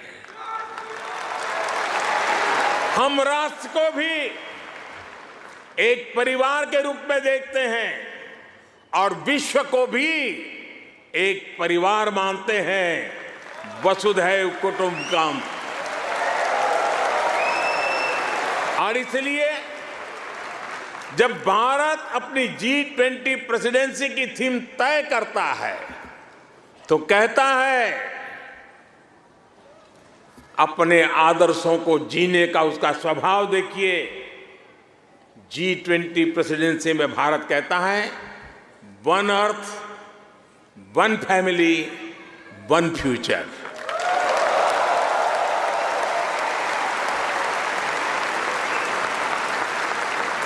जब भारत पर्यावरण की रक्षा के लिए सोलर एनर्जी के बड़े लक्ष्य तय करता है तो कहता है वन सन, वन वर्ल्ड, वन ग्रिड।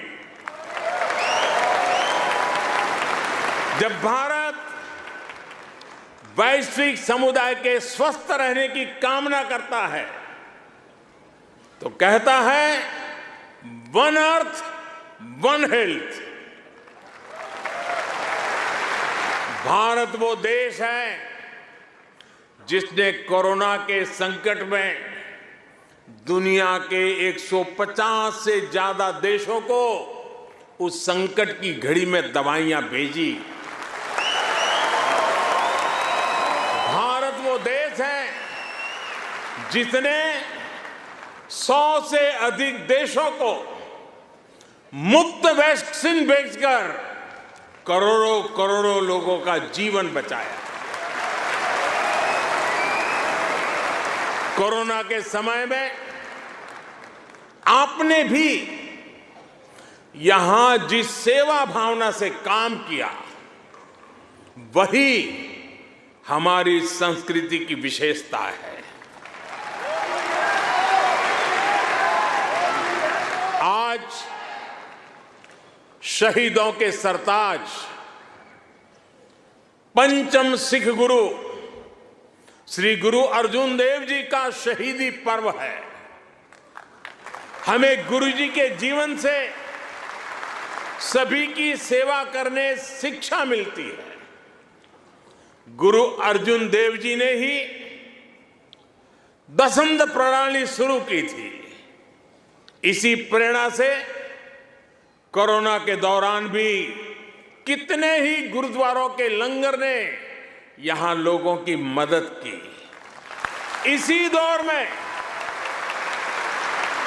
कितने ही मंदिरों की रसोई यहां पीड़ितों के लिए खुल गई। ऑस्ट्रेलिया में रहकर पढ़ाई कर रहे स्टूडेंट्स भी बड़ी संख्या में लोगों की मदद के लिए आगे आए। विभिन्न सामाजिक संगठनों ने भी इस दौरान बहुत लोगों की मदद की। भारतीय कहीं भी रहे एक मानवीय भाव उनमें समाहित रहता है। साथियों, मानवता के हित में ऐसे ही कार्यों के कारण आज भारत को फोर्स ऑफ ग्लोबल गुड कहा जा रहा है। जहां कहीं भी कोई आपदा होती है भारत मदद के लिए तैयार मिलता है। जब भी कोई संकट आता है भारत समाधान के लिए तत्पर रहता है। आज चाहे इंटरनेशनल सोलर अलायंस के द्वारा सौर ऊर्जा का उपयोग बढ़ाना हो, चाहे आपसी सहयोग के माध्यम से डिजास्टर रिजिलिएंट इंफ्रास्ट्रक्चर तैयार करना हो, चाहे इंटरनेशनल बिग कैट अलायंस को नेतृत्व देना हो, भारत ने हमेशा अलग अलग देशों को एकजुट करने के लिए एक बाइंडिंग फोर्स की तरह काम किया है। अभी अभी जब तुर्की में भूकंप ने तबाही मचाई तब भारत ने ऑपरेशन दोस्त के द्वारा मदद का हाथ बढ़ाया। भारत अपने हितों को सबके हितों से जोड़कर देखता है। सबका साथ, सबका विकास, सबका विश्वास और सबका प्रयास, ये हमारी डोमेस्टिक गवर्नेंस का भी आधार है और ग्लोबल गवर्नेंस के लिए भी यही विजन है।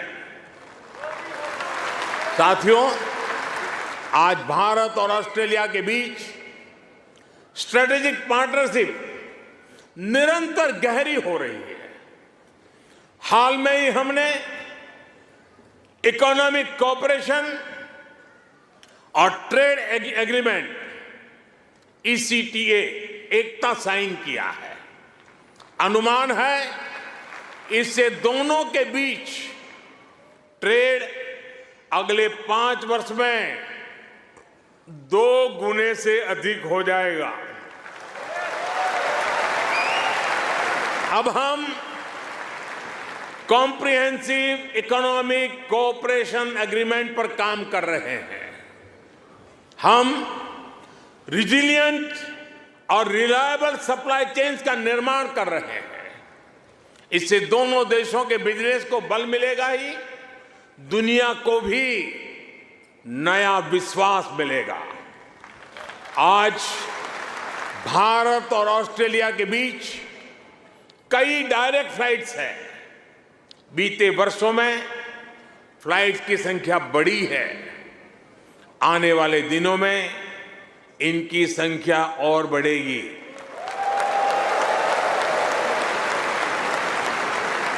एक दूसरे की डिग्रियों को मान्यता देने को लेकर भी दोनों देश आगे बढ़े हैं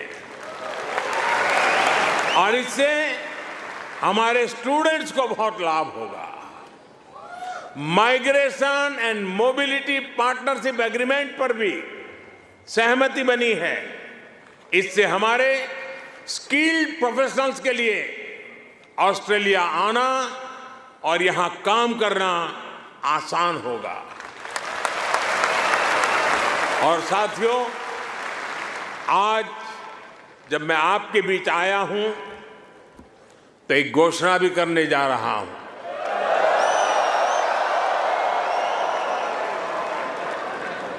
ब्रिस्बेन में भारतीय समुदाय की बहुत समय से जो मांग थी, अब उसे पूरा किया जाएगा। जल्द ही ब्रिस्बेन में भारत का एक नया काउंसलेट खोला जाएगा।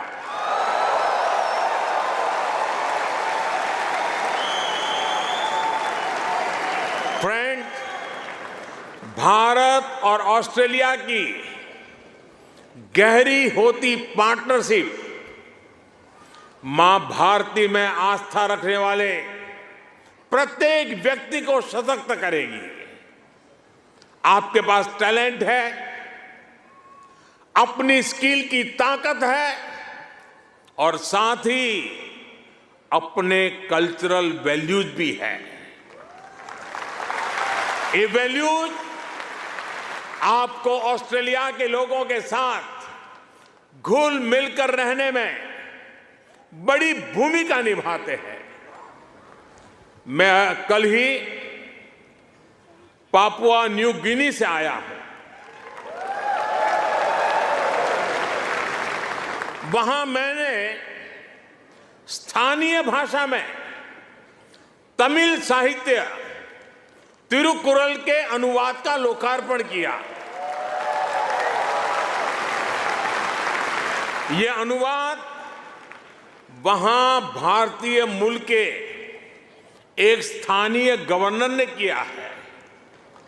एक जीता जागता उदाहरण है कि कैसे हम विदेश में रहते हुए भी अपनी जड़ों पर गर्व करते रहें, जड़ों से जुड़े रहे।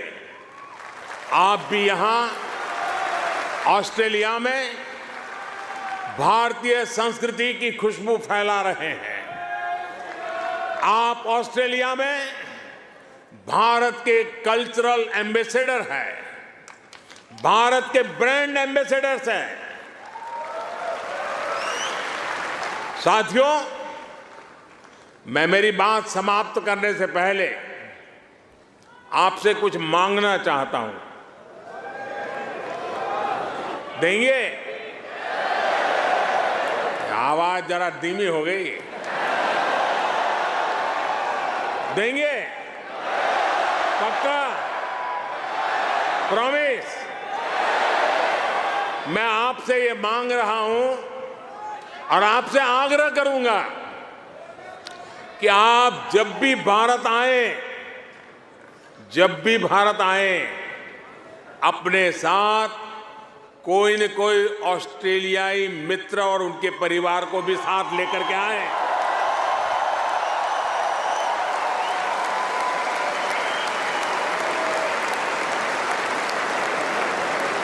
इससे उन्हें भारत को समझने का, जानने का और ज्यादा बेहतर मौका मिलेगा। आप इतनी बड़ी तादाद में आए, लंबे अरसे के बाद आपको मिलने का मौका मिला। आप सब बहुत स्वस्थ रहिए, खुश रहिए, आनंद से रहिए। एक बार फिर से आप सभी का बहुत बहुत धन्यवाद। मेरे साथ बोलिए, भारत माता की, भारत माता की, भारत माता की, भारत माता की। बहुत बहुत धन्यवाद।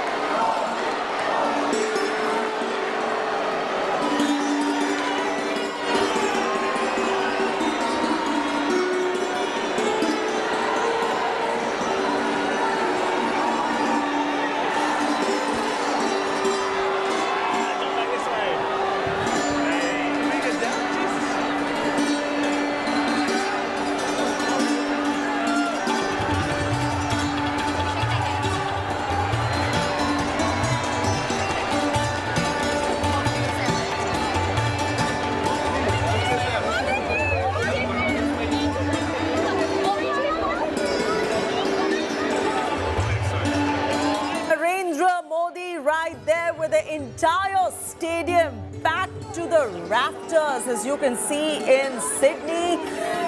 At the community event in Sydney, the Prime Minister just addressed this huge crowd, and as you can see, the stands are packed to the rafter and overflowing as well.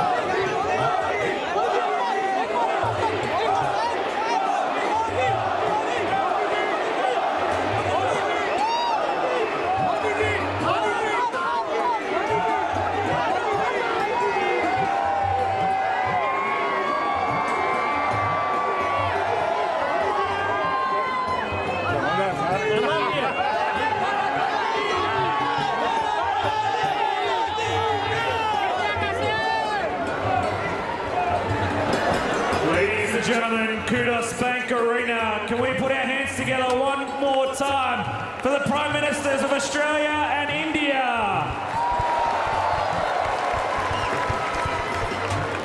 We thank you everyone for coming out tonight. We hope you all had a fantastic evening.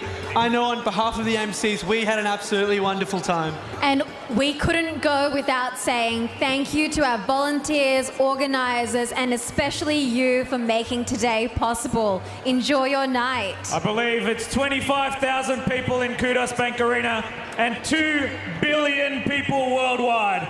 Tonight we've made history, and on behalf of our MCs here tonight, Aryan, DP. All right, that was a big, rousing welcome for the Prime Minister, and the Prime Minister delivered his speech amidst a crowd which was packed to the rafters in that stadium right there in Sydney. He was, in fact, all the visuals on your screens are showing you different moments from today.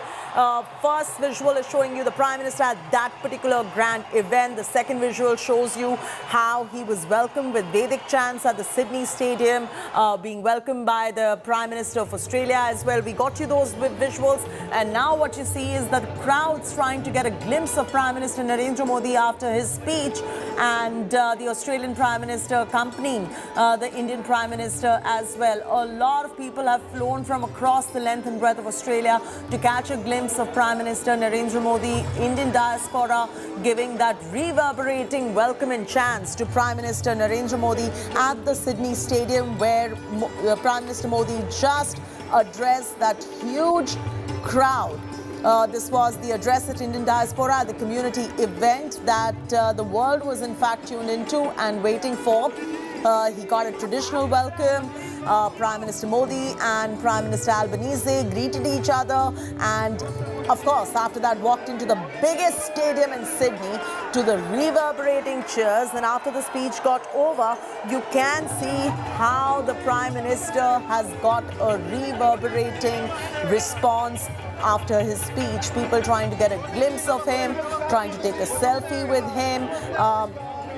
It's just a surreal moment, really, you know, for an Indian Prime Minister to get a reception of this particular nature overseas from the Indian diaspora. But that's in fact what Prime Minister Narendra Modi is known for. We've seen that before in the US and many other times in different parts of the world. He is the leader who has that charismatic approach. He's full of charisma, and he gets this kind of response usually where he goes around the world. But here, this is unprecedented. The crowds have been unprecedented, as you can see. The magnanimity of the stadium and the amount of people just present there to listen in to Prime Minister Modi. साथियों, एक समय था जब कहा जाता था कि Bharat Australia के संबंधों को 3C डिफाइन करते हैं। ऐसा पहले कहा जाता था। ये कौन से 3C हैं? कॉमनवेल्थ, क्रिकेट और करी।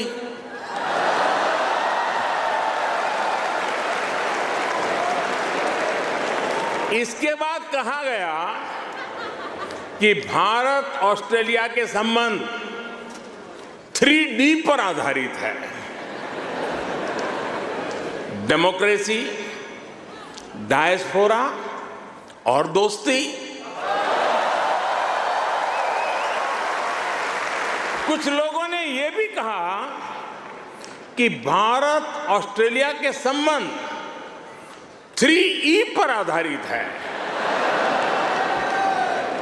एनर्जी, इकोनॉमी और एजुकेशन। यानी कभी C, कभी D, कभी E। अलग अलग कालखंड में ये बात संभवतः सही भी रही है, लेकिन भारत और ऑस्ट्रेलिया के ऐतिहासिक संबंधों का विस्तार इससे कहीं ज्यादा बड़ा है। और जानते हैं, इन सारे संबंधों का सबसे बड़ा आधार क्या है? जानते हैं?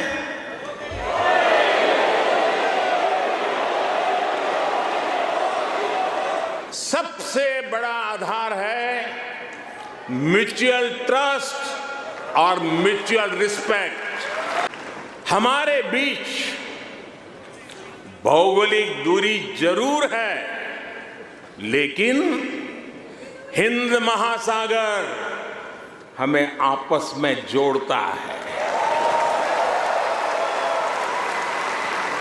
हमारी जीवन शैलियां भले अलग अलग हो, लेकिन अब योगा ये भी हमें जोड़ता है।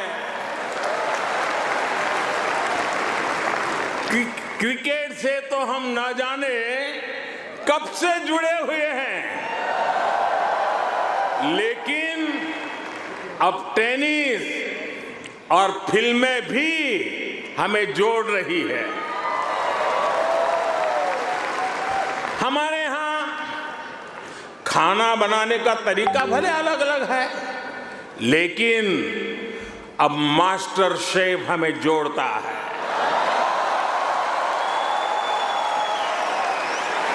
आप सभी यहाँ ऑस्ट्रेलिया में हैं, यहाँ के विकास को देख रहे हैं। आप सभी का एक सपना रहा है कि हमारा भारत भी विकसित राष्ट्र बने।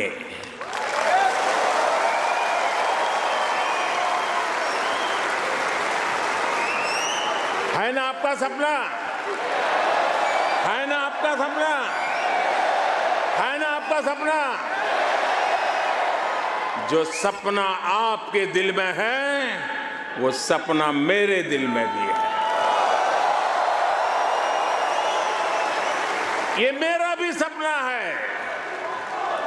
140 करोड़ भारतीयों का सपना है। साथियों, भारत के पास सामर्थ्य की कमी नहीं है। भारत के पास संसाधनों की कमी भी नहीं है। आज दुनिया की सबसे बड़ी और सबसे युवा टैलेंट फैक्ट्री जिस देश में है, वो है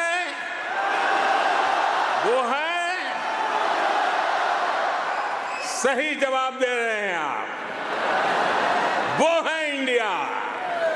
हमारे यहाँ पर्व त्योहार भले अलग अलग मनाए जाते हैं, लेकिन हम जुड़े हुए हैं दिवाली की रौनक से,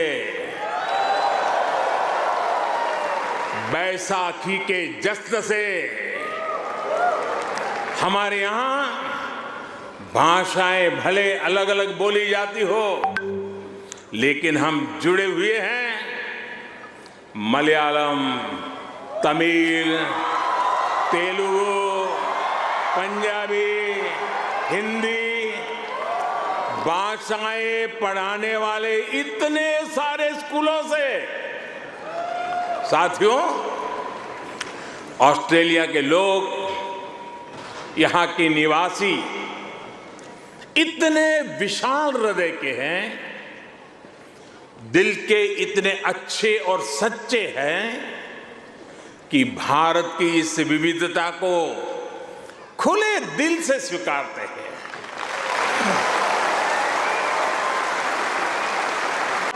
आज दुनिया की सबसे बड़ी और सबसे युवा टैलेंट फैक्ट्री जिस देश में है, वो है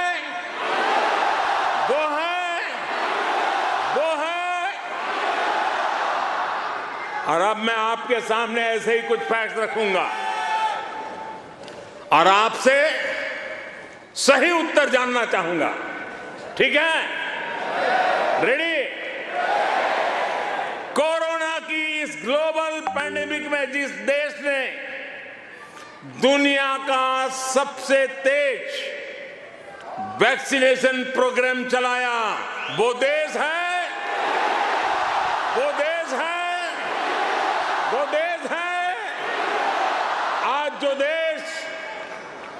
दुनिया की फास्टेस्ट ग्रोइंग लार्ज इकोनॉमी है, वो है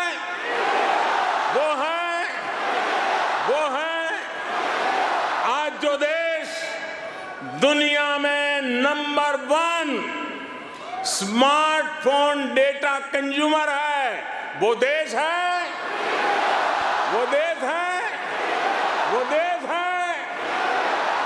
आज जो देश फिनटेक एडॉप्शन रेट में नंबर 1 है, वो देश है।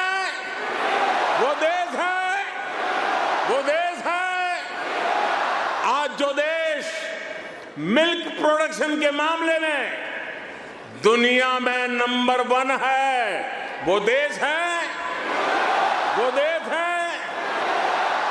आज जो देश इंटरनेट यूजर्स की संख्या में दुनिया में नंबर 2 पर है, वो है आज जो देश दुनिया का सेकंड लार्जेस्ट मोबाइल मैन्युफैक्चरर है, वो देश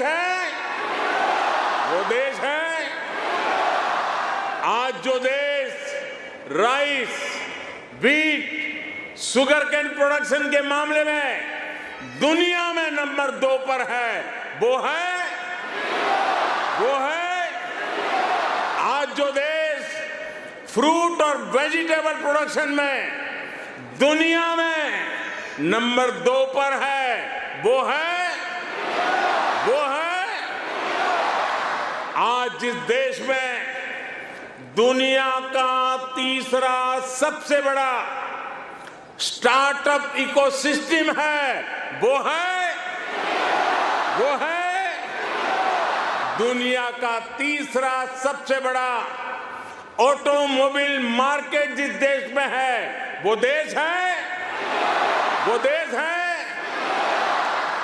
दुनिया का तीसरा सबसे बड़ा सिविल एविएशन मार्केट जिस देश में है, वो देश है और अब जो देश अगले 25 साल में विकसित होने के लक्ष्य के साथ आगे बढ़ रहा है, वो देश है। आज IMF भारत को ग्लोबल इकोनॉमी का ब्राइट स्पॉट मानता है। वर्ल्ड बैंक का विश्वास है कि ग्लोबल हेडविंड्स को अगर कोई चुनौती दे रहा है तो वो भारत है। आज दुनिया के कई देशों में बैंकिंग सिस्टम पर संकट है, लेकिन दूसरी तरफ भारत के बैंकों की मजबूती की आज चारों तरफ प्रशंसा हो रही है। दुनिया में 100 साल में आए सबसे बड़े संकट के बीच भारत ने बीते वर्ष रिकॉर्ड एक्सपोर्ट किया है। आज हमारा फॉरेक्स रिजर्व नई बुलंदियां छू रहा है। Well, Prime Minister Narendra Modi's address right there in Sydney, and what a reverberating response he got from the stands that are packed to the rafters, and you can see the kind of presence of the Indian diaspora just to hearing to the Prime Minister. The address ended with Bharat Mata Ki Jai chants on all these visuals that you see on your screens right now. We're going to be slipping into a very short commercial break. We'll get you all the angles in moments from now and re-encapsulate for the ones who have missed this broadcast. For now, slipping into a short commercial break.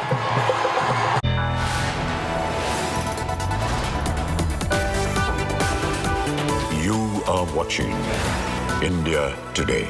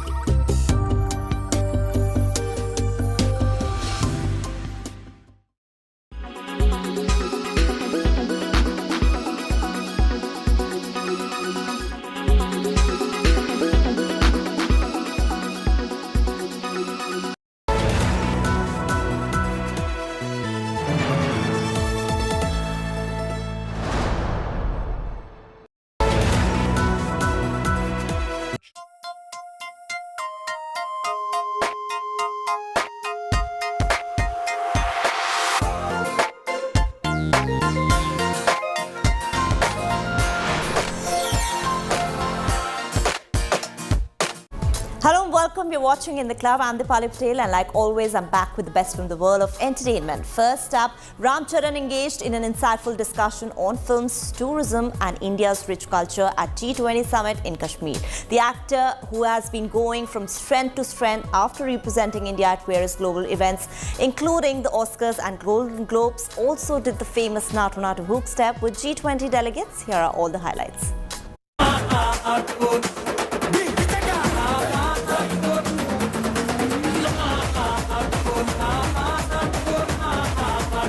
Ram Charan is going from strength to strength after representing India at various global events, including the Oscars and Golden Globes. The RRR actor attended the third G20 summit in Kashmir. Brand Ambassador for India across the globe. A very warm welcome to you, sir. Ram Charan engaged in an insightful discussion on films, tourism, and shared how the West had finally accepted an Indian film and how India's rich culture found global recognition. It took 95 years for our Indian film industry to get a recognition internationally. I'm just proud of that fact that the West or the East have taken interest in our films and our emotion, which is so rooted to our culture.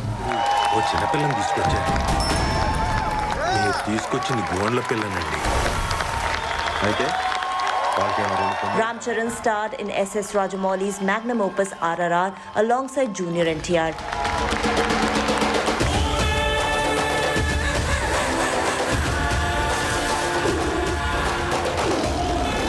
The epic saga had impressed fans across the world and put Indian cinema on the global map.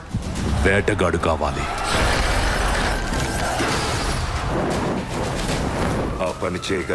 after winning several international awards, the peppy dance number Natu Natu won a Golden Globe and an Oscar in the Best Original Song category.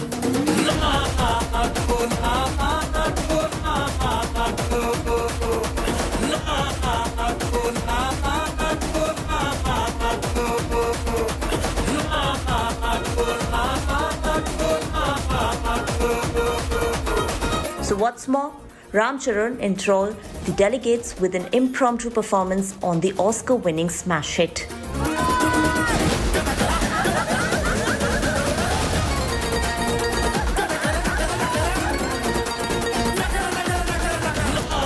The actor thanked all the countries that attended the summit and urged them to come together to create global cinema.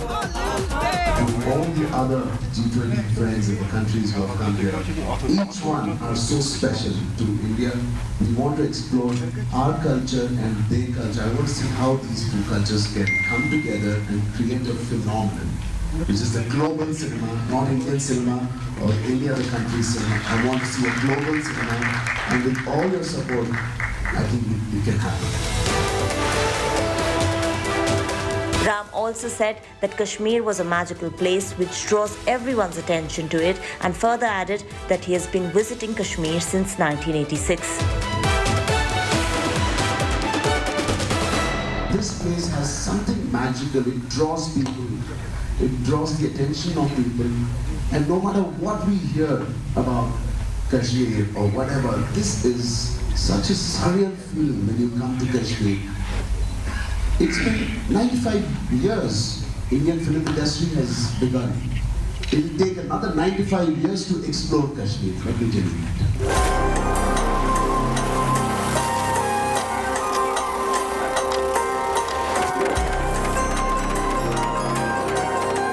The actor is presently shooting for his upcoming film Game Changer, directed by Shankar. The film features Kiara Advani, S.J. Surya, Naveen Chandra and Anjali in pivotal roles.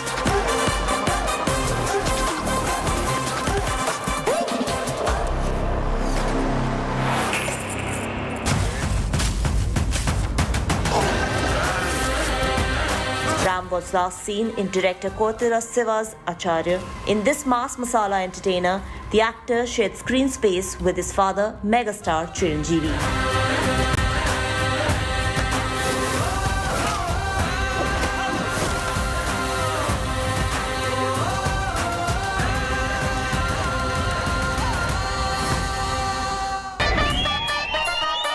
But that's not all. He even did a cameo in Salman Khan's Kisi Ka Bhai Kisi Ki Jaan for this song. Entertainment Bureau, India Today. Game over. As Ram Charan continues to make waves post the success of RRR, here's a look at his illustrious career.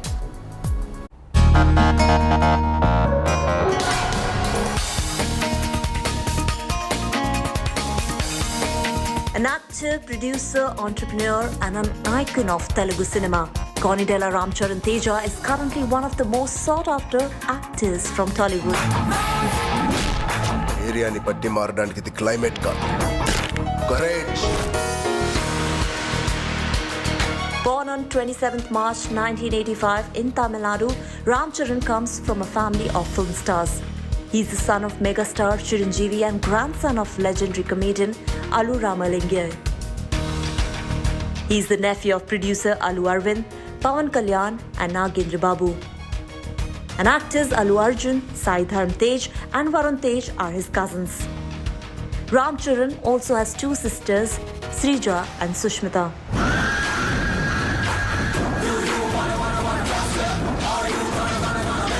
Ram Charan did his schooling at Padma Sage Sri Bhavan School in Chennai.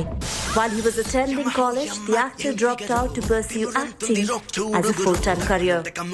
He also took lessons from Kishore Namit's acting classes in Mumbai. Interestingly, he is fond of horse riding and is also trained equestrian. In 2012, Ram Charan got married to Upasana Kamineni, who is the chief editor of Be Positive magazine and vice chairman of Apollo Charity. He made his acting debut in Puri Jagannath directorial Chirutha in 2007.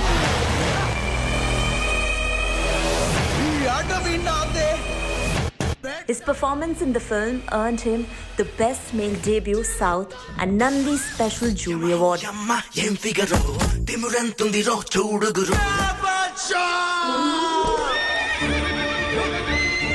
After the release of his second film, Magadira in 2009, Charan established himself as one of the leading contemporary actors in Tollywood. The S.S. Rajamouli directorial grossed over 150 crore worldwide. The film received another award for Best Actor and Nandi Special Jury Award.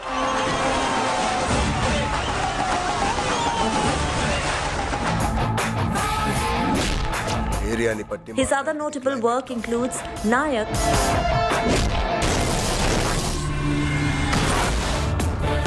Yevadu, Govind Dudu, Andari Vadele, Dhruva,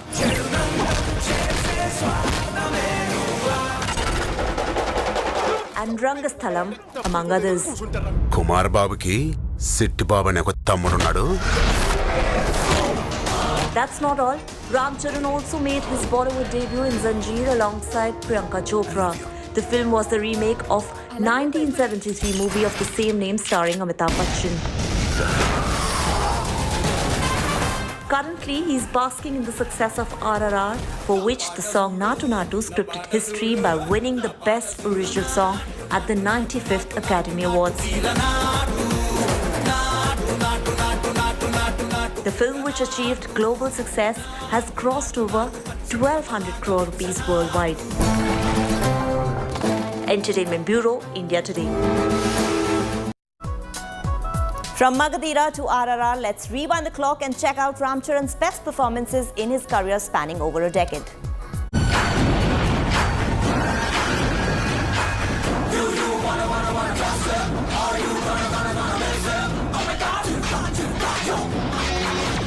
Ram Charan is one of the biggest stars of Telugu film industry. The actor who made his debut in 2007 with Chirutha has proved his acting credentials time and again and delivered some of the biggest Telugu hits.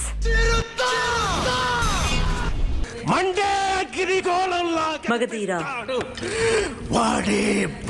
His career might have gotten off to a slow start, but the turning point in Charan's career came in 2009 with the release of Magadira.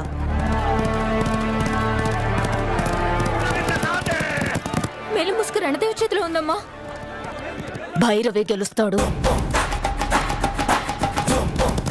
The fantasy action film directed by S.S. Rajamouli was a rousing success at the box office and became the first film to cross 50, 60 and 70 crores in the Telugu film industry.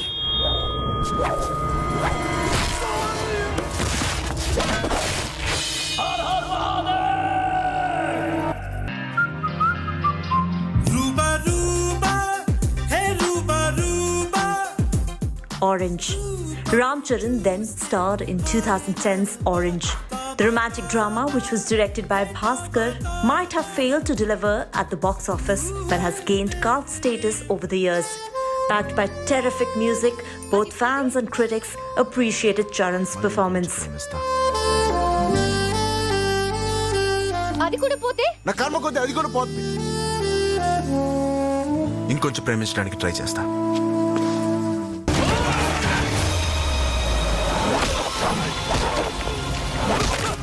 Yevadu. The actor then delivered another power-packed performance with the action film Yevadu, his third film in which the actor was seen in a dual role. The actor played both characters with different shades and variations. The film went on to collect about 60 crores at the box office. Yevadu! నాకు ఒక important goal ఉంది. Dhruva. Ram then played an IPS officer in 2016, starrer Dhruva. The film, which also starred Rakul Preet as the female lead, was high on action and drama. The actor pulled off this intense role with ease and panache. Ram underwent a physical transformation for the movie. Dhruva was a remake of the Tamil film Thani Oruvan and emerged as a commercial success at the box office, collecting over 85 crore rupees. పేరు సిట్టుబాబు అండి. ఈ ఊరికి మనమే engineer. అందరికీ sound వినపడుతుందండి, నాకు sound కనపడుతుందండి. Rangasthalam. In 2018 period action drama Rangasthalam, Ram Charan gave one of the best performances of his career.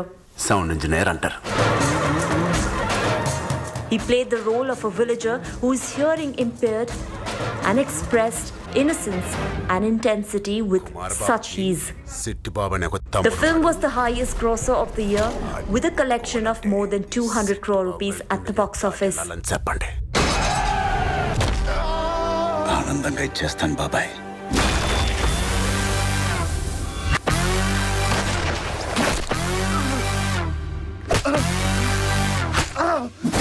యుద్ధాన్ని వెతుక్కుంటూ ఆయుధాలు వాటంతటవే వస్తాయి.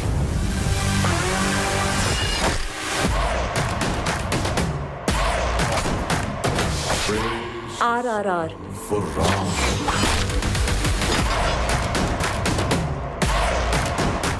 The actor's career best performance came in the S.S. Rajamouli directorial RRR. The film went on to catapult Ram Charan into a pan-Indian star and cemented his place as a bona fide superstar. After conquering the box office in India, the magnum opus roars loud across the West, winning an Oscar and making the country proud.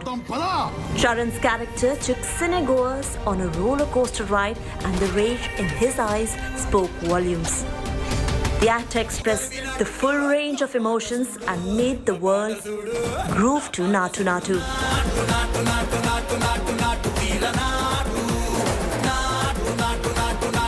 Entertainment Bureau, India Today.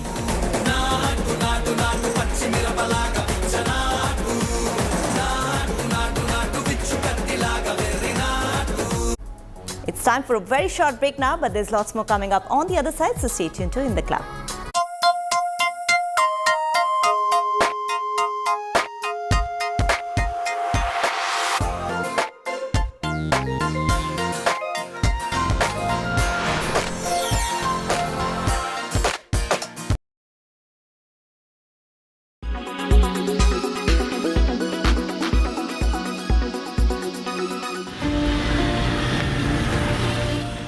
summers are devastating for stray animals. The scorching heat wave means animals living on the street struggle for water. Karma Foundation is on a mission to make life easy for stray animals. This water bowl challenge is also one of such initiatives where we know during the scorching heats of summer has to provide the basic requirement for the health of the pet, which is water, and hence we are actually donating the water bowls. These water bowls are a big relief for stray animals living under the open sky in sweltering weather. Karma Foundation has requested people to join their movement by placing a bowl of water outside their home or workplace. Bureau Report, India Today.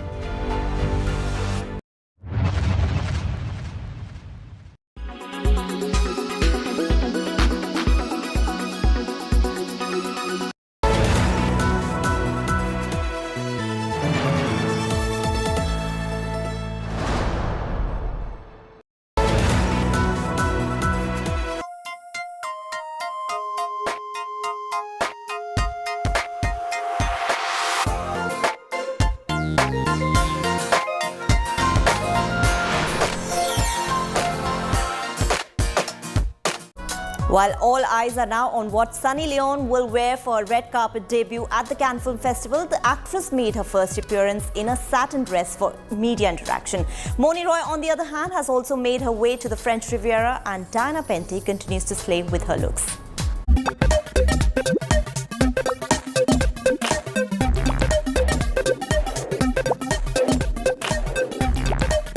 The 76th edition of Cannes Film Festival is on, and while it has so far witnessed some iconic styles on its red carpet, coupled with overwhelming response to films that have premiered,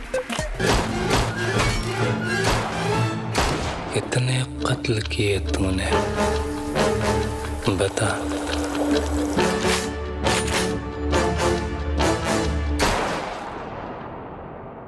कितना मजा आया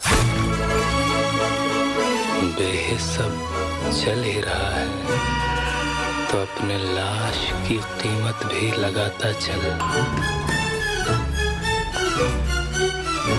All eyes are now on Sunny Leone's debut as she walks for the screening of Anurag Kashyap's Kennedy, the only Indian film selected for this year's French Riviera as a part of the midnight screening section.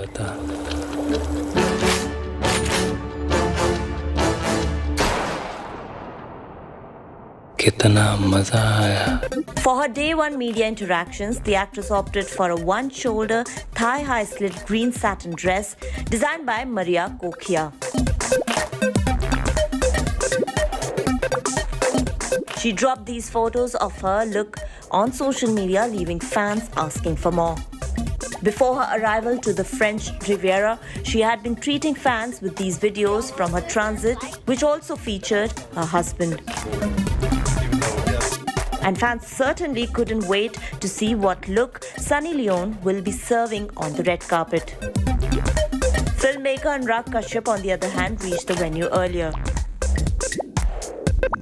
Meanwhile, another Indian beauty made her way to Cannes Film Festival, winning over the French Riviera with her style. That's right, Moni Roy also joins the list with her first appearance in a yellow Atelier Zora gown.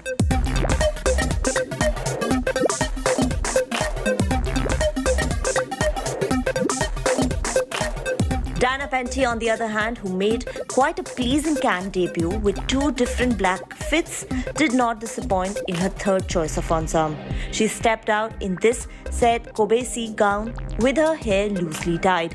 Her appearances were given an easy thumbs up as Diana looked effortlessly beautiful.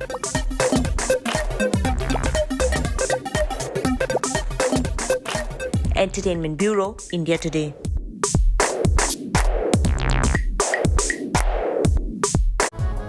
Blackpink girl band member Jennie Kim and Canadian singer The Weeknd also made their way to the Cannes red carpet for the premiere of their debut series, The Idol. Here's everything you need to know. Oh, that's great. Beautiful, Joss.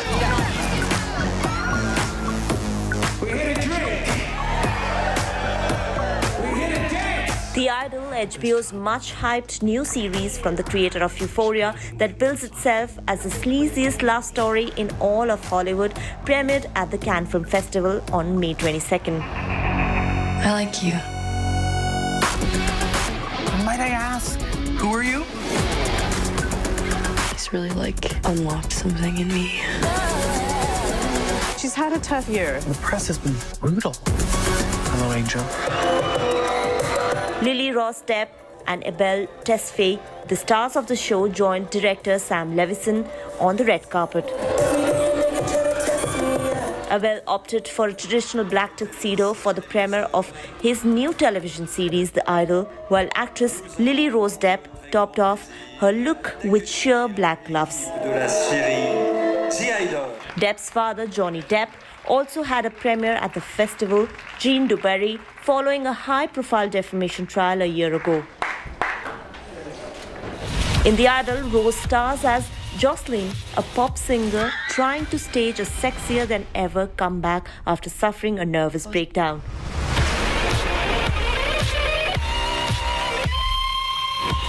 The series marks the first foray by Tesfaye, better known as megastar The Weeknd, into acting, starring as Tedros, a Los Angeles nightclub impresario who is Jocelyn's love interest. Hello, angels. Jennie Kim, a member of popular K-pop girl band Blackpink, is also made her acting debut in the show under the stage name of Jennie Ruby Jane.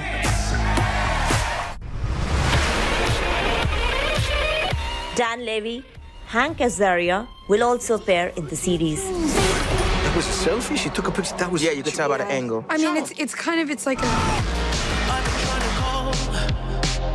The Weeknd is known for songs like Blinding Lights, Maybe you can show me how to love. Maybe I'm going through a drought. and Starboy. I'm trying to put you in the worst mood. P1 cleaner than your church shoes. Really point to just to hurt you. Lumière bleue. While Depp played Isadora Duncan in 2016's The Dancer, which screened in Cannes' Uncertain Regard category. Vous avez été éblouissante. Armand Duponchet, directeur de l'Opéra de Paris. Nous allons faire entrer cette maison dans le nouveau siècle. I'm looking for Miss Loy Fuller. Isadora? Elle a la grâce, hein? Entertainment Bureau, India Today. This is my dance! Take it off!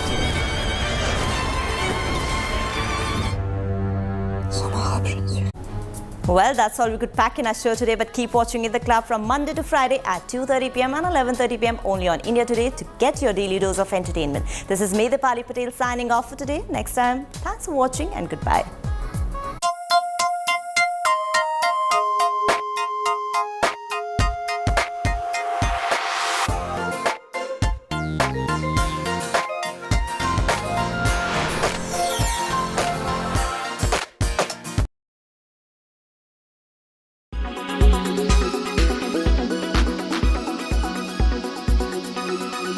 Yes, absolutely. It is a major blow to Meta. European Union privacy regulators have hit them with a staggering fine of $1.3 billion. The Irish Data Protection Commission announced this verdict citing Meta's transfer of user data to the United States. The Commission found that Meta's data transfers did not adequately address these risks.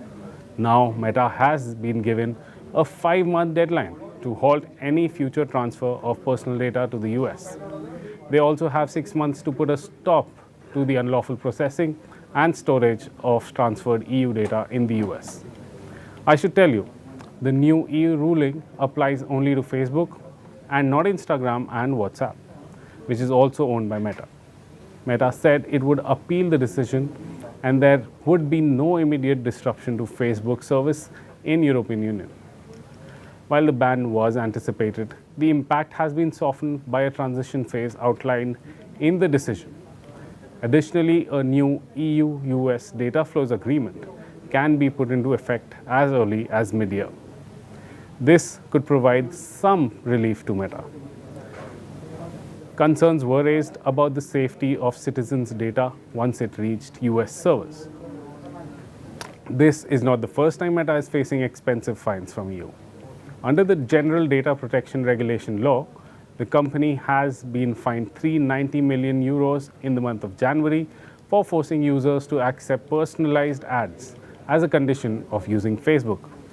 In November, it was fined another €265 million for a data leak.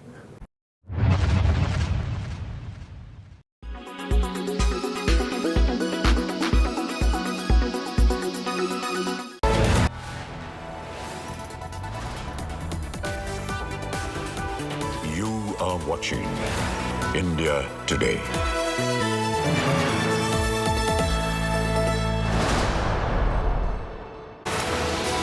Very good evening and thank you for being with us here on India Today. I'm Chaiti Narula bringing you all the top stories this evening. Let's begin with the top headlines first.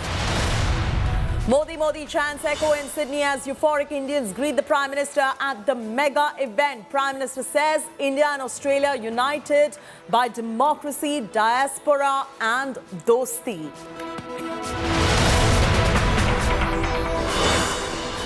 Modi and Albanese's bonhomie on full display. Australian Prime Minister says Prime Minister Modi is the boss. Aam Aadmi Party versus Centre Ordinance battle reaches Bengal. Kejriwal and Bhagwant Mann to meet Mamta for backing. Congress refuses to lend support to Aam Aadmi Party. Politics escalates over G20 meeting in Srinagar. NC patron Farooq Abdullah's daughter Safia mocks huddle, says normalcy image of the valley a facade to hide forces on ground. Karnataka Mantri M.B. Patil says no power sharing, claims Sidhu will remain the Chief Minister for 5 years. Travancore Temple Board issues a circular, says no RSS shakhas or mass drills to be allowed in temples.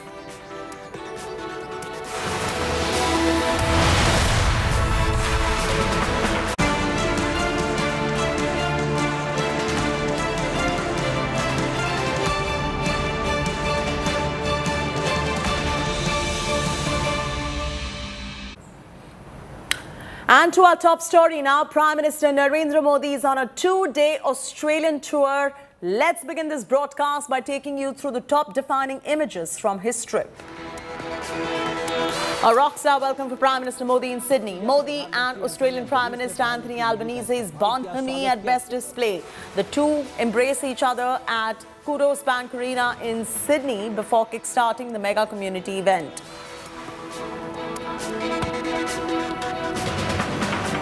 In a never-seen-before gesture in Australia, Prime Minister Modi was welcomed with Vedic chants and tradition at Sydney Stadium. Prime Minister Albanese also accompanied him.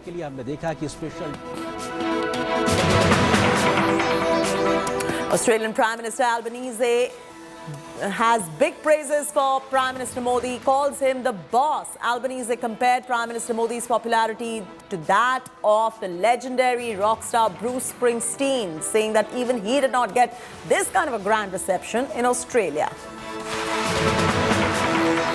Sydney hosted a grand show at Kudos Bank Arena where Modi chants reverberated. Gujarat's traditional dance, Garba and Dandiya, were performed on the stage. Whopping 20,000 Indians in Sydney attended the cultural show.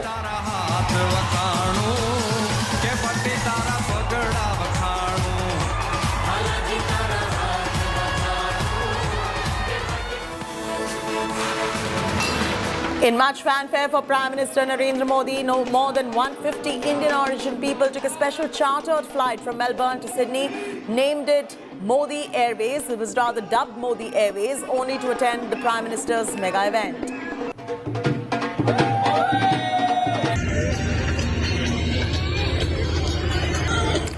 Well, Prime Minister Narendra Modi got an electrifying welcome at Sydney's Kudos Arena. Prime Minister Modi addressed 20,000 Indians in Sydney at a grand community event that celebrated Australia's dynamic, diverse Indian diaspora, the visuals of which making rounds on your screens, citing growing trades with Australia.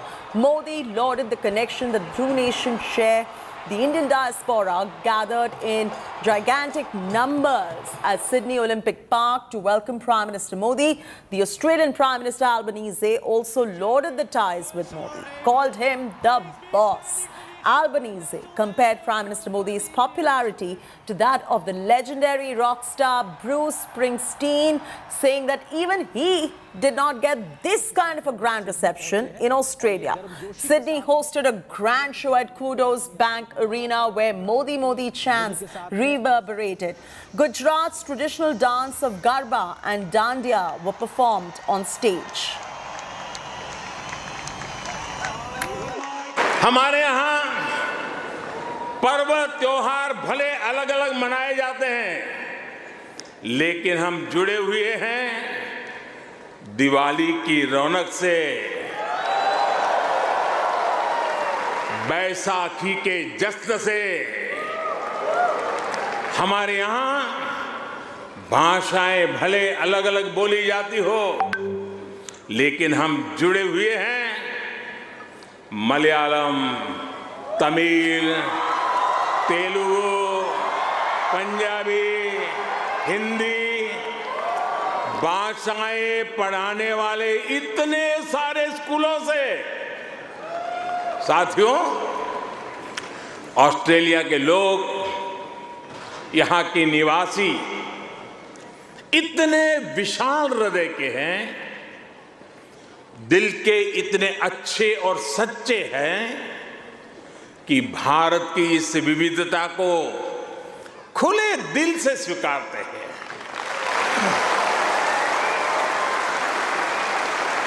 आप सभी यहां Australia में हैं, यहां के विकास को देख रहे हैं। आप सभी का एक सपना रहा है कि हमारा भारत भी विकसित राष्ट्र बने।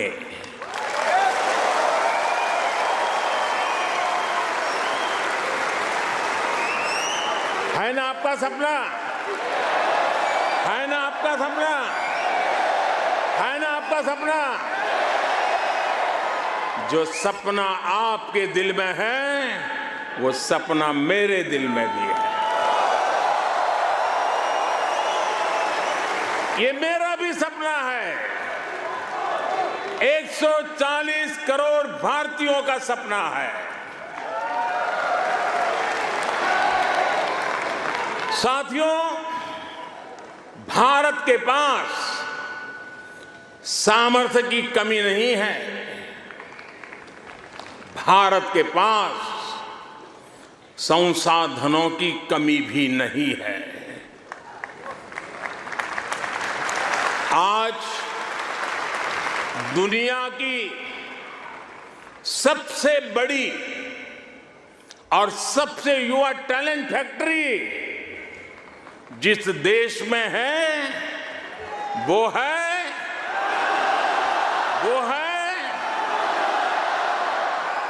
सही जवाब दे रहे हैं आप, वो है इंडिया। साथियों, एक समय था जब कहा जाता था कि भारत ऑस्ट्रेलिया के संबंधों को 3C डिफाइन करते हैं। ऐसा पहले कहा जाता था। ये कौन से 3C हैं? कॉमनवेल्थ, क्रिकेट और करी।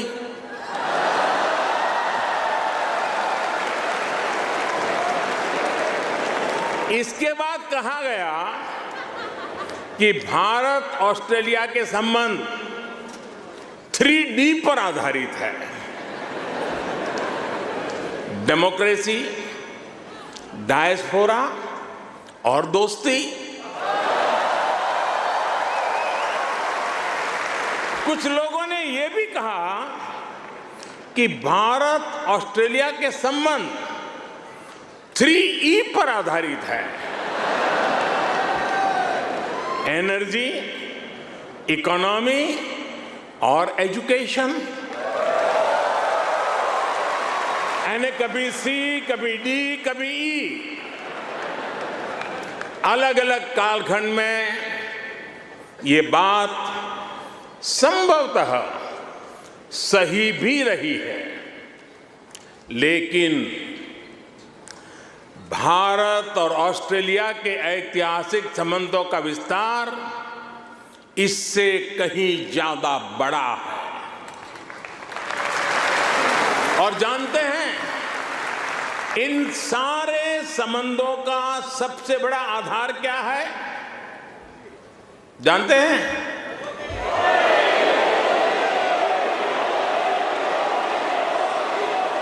सबसे बड़ा आधार है म्यूचुअल ट्रस्ट और म्यूचुअल रिस्पेक्ट। हमारे बीच भौगोलिक दूरी जरूर है, लेकिन हिंद महासागर हमें आपस में जोड़ता है। हमारी जीवन शैलियां भले अलग अलग हो, लेकिन अब योगा ये भी हमें जोड़ता है। क्रिकेट से तो हम ना जाने कब से जुड़े हुए हैं, लेकिन अब टेनिस और फिल्में भी हमें जोड़ रही है। हमारे यहाँ खाना बनाने का तरीका भले अलग अलग है, लेकिन अब मास्टर शेफ हमें जोड़ता है।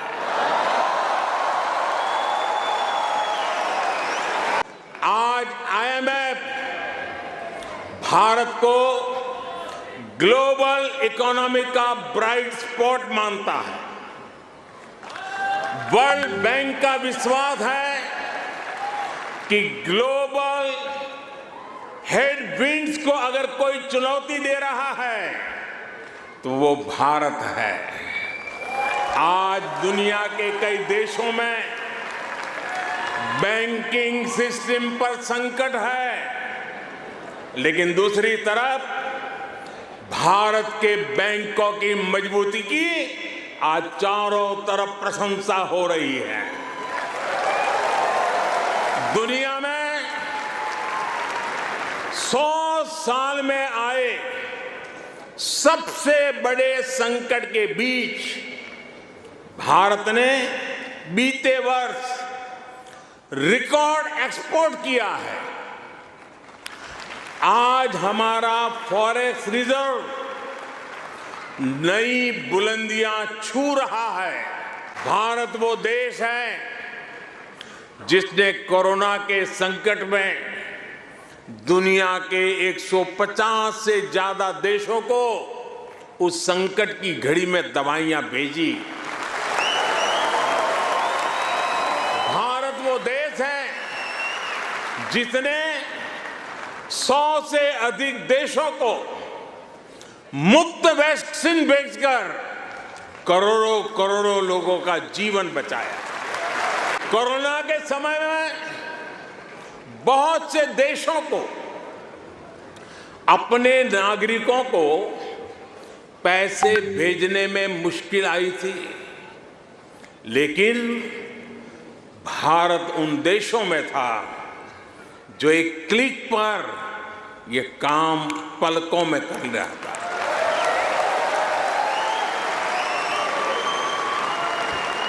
यूनिवर्सल पब्लिक इंटरफेस यानी यूपीआई ने भारत में फाइनेंशियल इंक्लूजन को नई ऊंचाई पर पहुंचा दिया है। आज दुनिया के 40% 40% रियल टाइम डिजिटल पेमेंट्स अकेले भारत में होते हैं।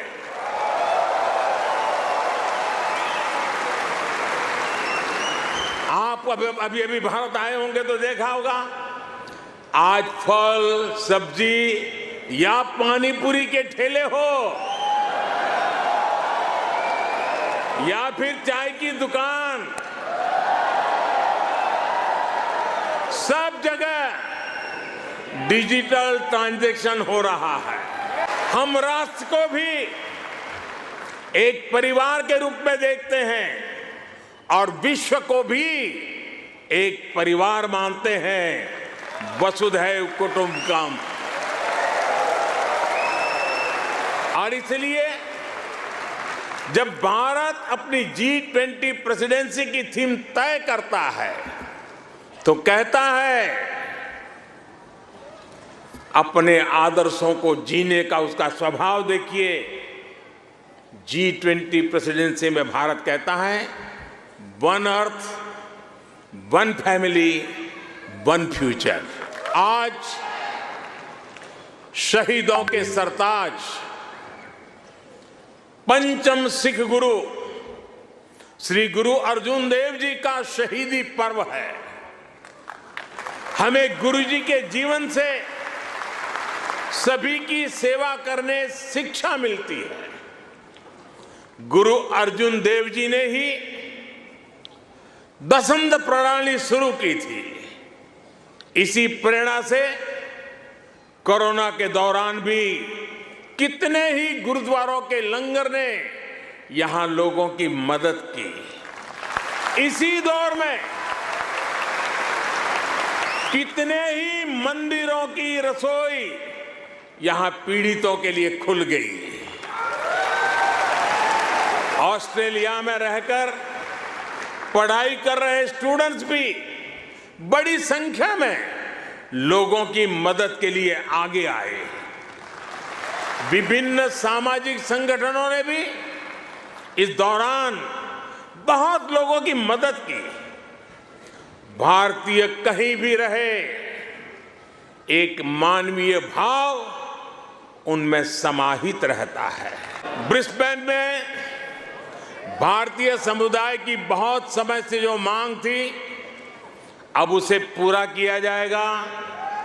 जल्द ही ब्रिस्बेन में भारत का एक नया काउंसलेट खोला जाएगा।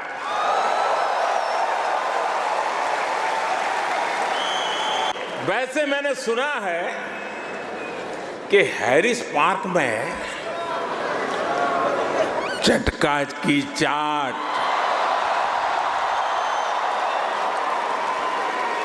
जयपुर स्वीट्स की जलेबी, उसका तो कोई जवाब ही नहीं है। मेरी आप सबसे रिक्वेस्ट है, आप लोग कभी मेरे मित्र पीएम एल्बेनीज़ी को भी वहां जरूर ले जाइएगा। और साथियों, जब खाने की बात चली है और चाट की बात चली है तो लखनऊ का नाम आना भी स्वाभाविक ही है। मैंने सुना है सिडनी के पास लखनऊ नाम की जगह भी है, लेकिन मुझे पता नहीं वहां भी चाट मिलती है क्या। अच्छा, यहां भी तो शायद दिल्ली के पास वाले लखनऊ के लोग होंगे ही होंगे, है क्या? वाह, वाकई Delhi street, Bombay street, Kashmir Avenue, Malabar Avenue जैसी कितनी ही सड़कें यहां ऑस्ट्रेलिया में आपको भारत से जोड़े रखती है। आज दुनिया की सबसे बड़ी और सबसे युवा टैलेंट फैक्ट्री जिस देश में है वो है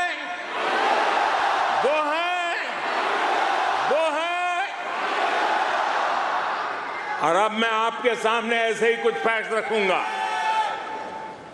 और आपसे सही उत्तर जानना चाहूंगा। ठीक है? रेडी? कोरोना की इस ग्लोबल पैंडेमिक में जिस देश ने दुनिया का सबसे तेज वैक्सीनेशन प्रोग्राम चलाया, वो देश है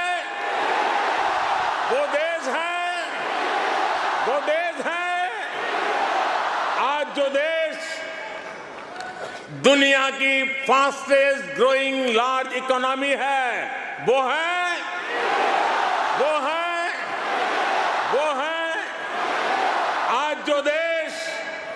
दुनिया में नंबर 1 स्मार्टफोन डेटा कंज्यूमर है, वो देश है, वो देश है, वो देश है।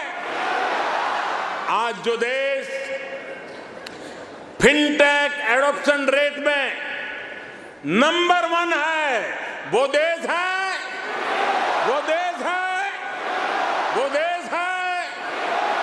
आज जो देश मिल्क प्रोडक्शन के मामले में दुनिया में नंबर 1 है, वो देश है, वो देश है। आज जो देश इंटरनेट यूजर्स की संख्या में दुनिया में नंबर 2 पर है, वो है, वो है। आज जो देश दुनिया का 2nd लार्जेस्ट मोबाइल मैन्युफैक्चरर है, वो है, वो देश है, वो देश है। आज जो देश rice, wheat, sugarcane production के मामले में दुनिया में नंबर 2 पर है, वो है, वो है। आज जो देश फ्रूट और वेजिटेबल प्रोडक्शन में दुनिया में नंबर 2 पर है, वो है, वो है। आज जिस देश में दुनिया का 3रा सबसे बड़ा स्टार्टअप इकोसिस्टम है, वो है, वो है। दुनिया का 3रा सबसे बड़ा ऑटोमोबाइल मार्केट जिस देश में है, वो देश है, वो देश है। दुनिया का 3रा सबसे बड़ा सिविल एविएशन मार्केट जिस देश में है, वो देश है, वो देश है। और अब जो देश अगले 25 साल में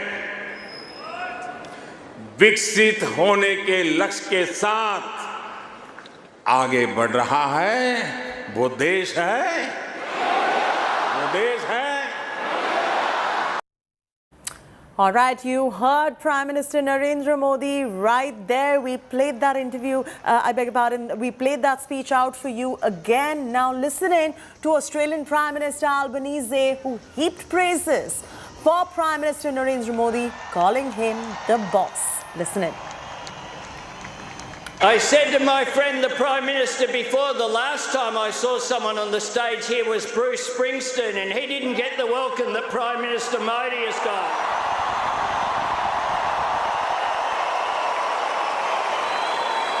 Prime Minister Modi is the boss. I get to speak to some pretty big crowds as Prime Minister, but I have to say that the warmth and the energy here tonight is absolutely second to none. Tonight, as Prime Minister, I want to say thank you. You have brought the spirit of the world's biggest democracy to Australia. And you have helped make our democracy stronger and more inclusive. I get to speak to some pretty big crowds as Prime Minister, but I have to say that the warmth and the energy here tonight is absolutely second to none.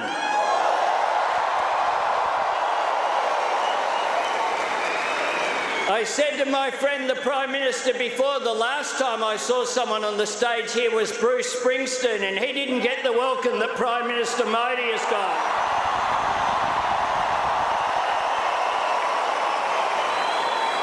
Prime Minister Modi is the boss.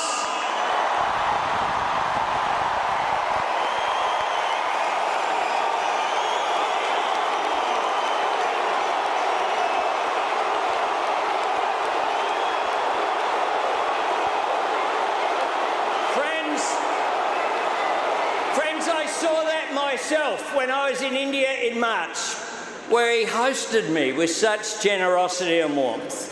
It was a trip full of unforgettable moments, celebrating Holi in Gujarat,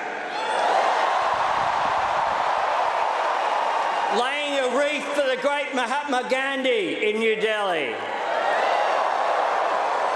And doing a lap, something I will never quite forget, of the incredible stadium at Ahmedabad on day one of the fourth test. Everywhere I went, I felt that deep sense of connection between the people of Australia and the people of India. Sydney hosted a grand show at Kudos Bank Arena where Modi chants reverberated by the Indian diaspora. Listen in. Well, in particular, Prime Minister Modi, I could not believe the reception. It was like a sporting event, a rock concert, and to be speaking for nearly 45 minutes and his passion and energy, it just got the crowd going. It was quite incredible. I've never seen anything like it, and I've been in Parliament for 18 years. I've never seen a reaction like that. This was an incredible opportunity for the Indian diaspora to see the leaders of our Janmabhoomi as well as our Mathrubhumi to be in the same room and to hear the aspirations, the vision that Prime Minister Modi ji has for India. I think for the people in this room was an incredibly powerful experience. Tonight has been amazing. Hearing Prime Minister Modi talk about Harris Park and Little India and the wonderful opportunities we have to build Little India as a destination right here in the heart of Parramatta. We are so proud of the Indian diaspora that live in and around Parramatta, and we want to ensure that more people from India come to visit our city, visit New South Wales and come here to study, to live and to invest in this area. Truly incredible here tonight. I've never seen a political leader be able to have a conversation with 20,000 people. It was truly extraordinary. I'm so humbled and grateful that I was able to make it tonight and see Prime Minister Modi in full flight. It was truly amazing. What an extraordinary night, full of energy, full of entertainment, extraordinary atmosphere and buzz here. A great night for the Indian diaspora and all the Australian community. Prime Minister Modi kick-started his visit by meeting top Australian CEOs and businessmen, and Australian CEOs were just awestruck by Prime Minister Modi. Listen in.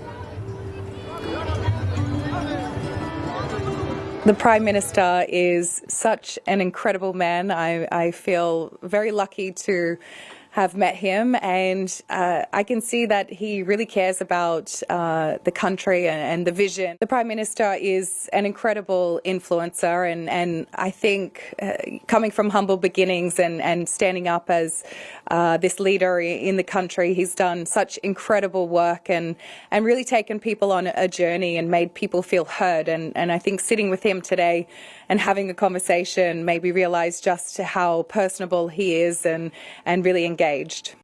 It was an incredible honour meeting His Excellency, and we talked about a whole bunch of things. He was so warm and so kind, and just listening to everything with such respect. And we talked about music. He showed me a song which has gone viral. Even the Korean embassy did a cover of this song called Natu Natu. So it's something I'm going to go and learn. We talked about my mother, who is from Kanpur, and he said we share something in common, and it was really just a beautiful time for me. The meeting was just charming. It was really he was so gracious. It was wonderful to be treated as an equal by somebody who, of course, represents 1.4 billion people. So to have such a down-to-earth experience with the Prime Minister was really gratifying, and I think it says something not only about the man himself, but also about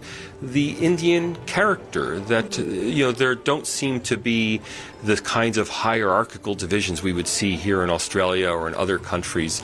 Prime Minister, of course, is a very impressive person who understands business, which is very encouraging as well. The Prime Minister talked about his dreams for India and his ethic, which was a really powerful message. Australian Super does invest in India, of course, and in particular the National Indian Infrastructure Fund, and we've had very good experience in investing in India.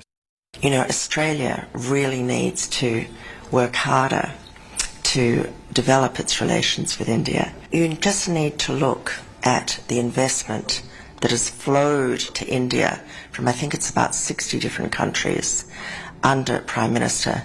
As you know, your wonderful Prime Minister came to office on a terribly important mantra, which was from red tape to red carpet.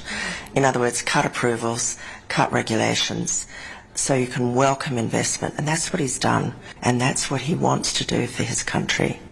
We're slipping into a very short commercial break. When we return, Aam Aadmi Party versus Centre ordinance battle reaches Bengal. Kejriwal and Bhagwant Mann meet Mamata Banerjee for backing.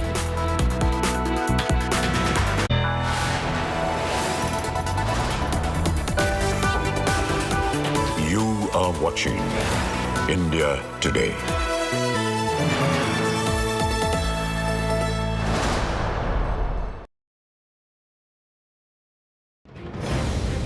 We broke CM Sita 48 hours before all. We broke Deputy CM DK 12 hours before all. Their exit poll was the exact poll. We broke Karnataka formula 72 hours before all. We have that answer for you now on India Today. Siddaramaiah will be the next Chief Minister of Karnataka. India's #1 political team is unrivaled. Every news break, first on your channel. You are now smiling and accepting Deputy Chief Ministership. We have promised them that we'll give a good government with a good governance. Keeping you ahead is our promise. The war has ended. India Today stands tall.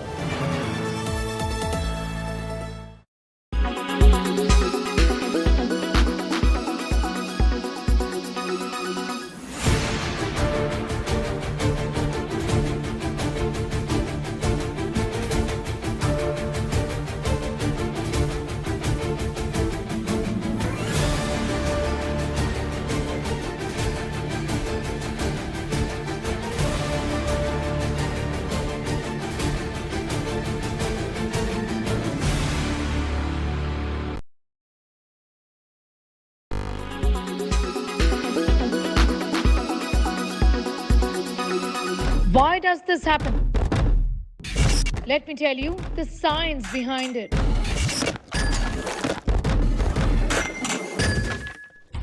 For more informative videos like this, keep watching India Today News Mode.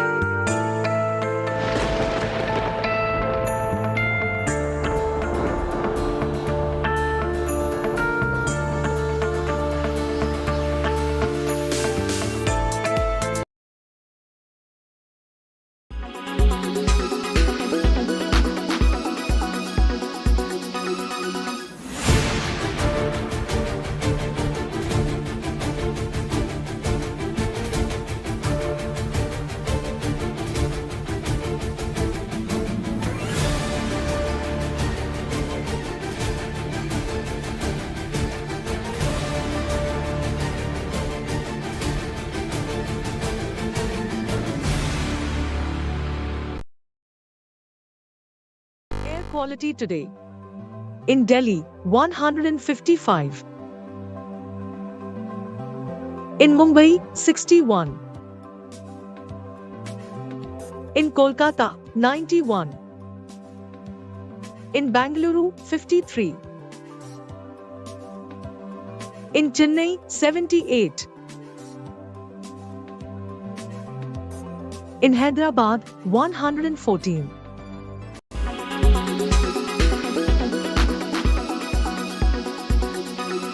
Why does this happen? Let me tell you the science behind it.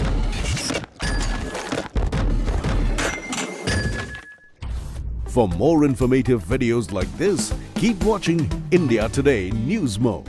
Why does this happen? Let me tell you the science behind it.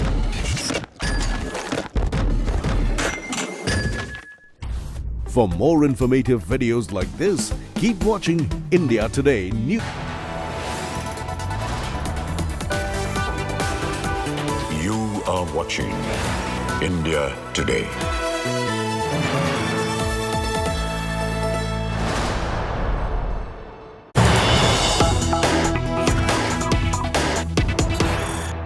Breaking news just coming in. Arvind Kejriwal and Bhagwant Mann in Bengal now. They are going to be meeting Mamata Banerjee in Kolkata today. The Kejriwal-Mamata meet on ordinance face-off. Kejriwal is soon going to meet Uddhav Thackeray as well. But after his meeting with Mamata Banerjee, that's the latest coming in at the moment on the ordinance face-off. We've got you the latest information.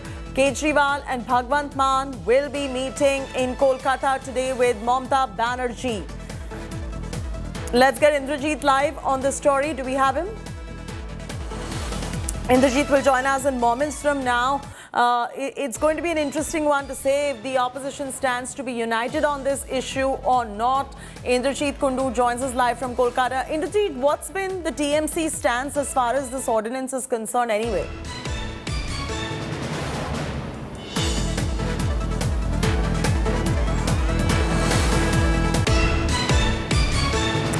Indrajit, can you hear me?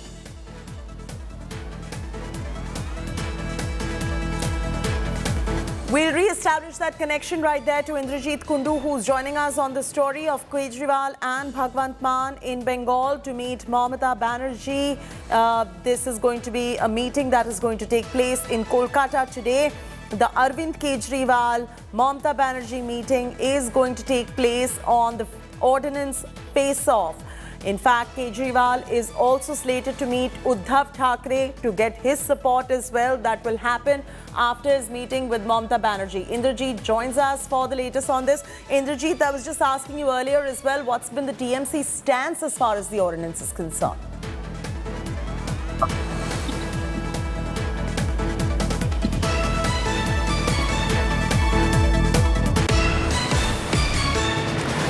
We'll come back to Indrajit in moments from now. Apologies for that, viewers. Indrajit will join us in moments from now. Big breaking news coming in as far as the ordinance is concerned. The entire ordinance row that is taking place between the Aam Aadmi Party and BJP in Delhi, on the back of which you've got Arvind Kejriwal and Bhagwant Mann trying to get support of the Trinamool Congress of Mamata Banerjee, for which they've gone to Bengal, and the meeting is going to take place in Kolkata between Bhagwant Mann, Mamata Banerjee and Arvind Kejriwal. We'll get you details on this meeting as well, but soon after this there will be support that Kejriwal will be seeking from Uddhav Balasaheb Thackeray as well. So soon after this meeting with Mamata Banerjee, his next meeting on this ordinance issue is going to be with Uddhav Thackeray.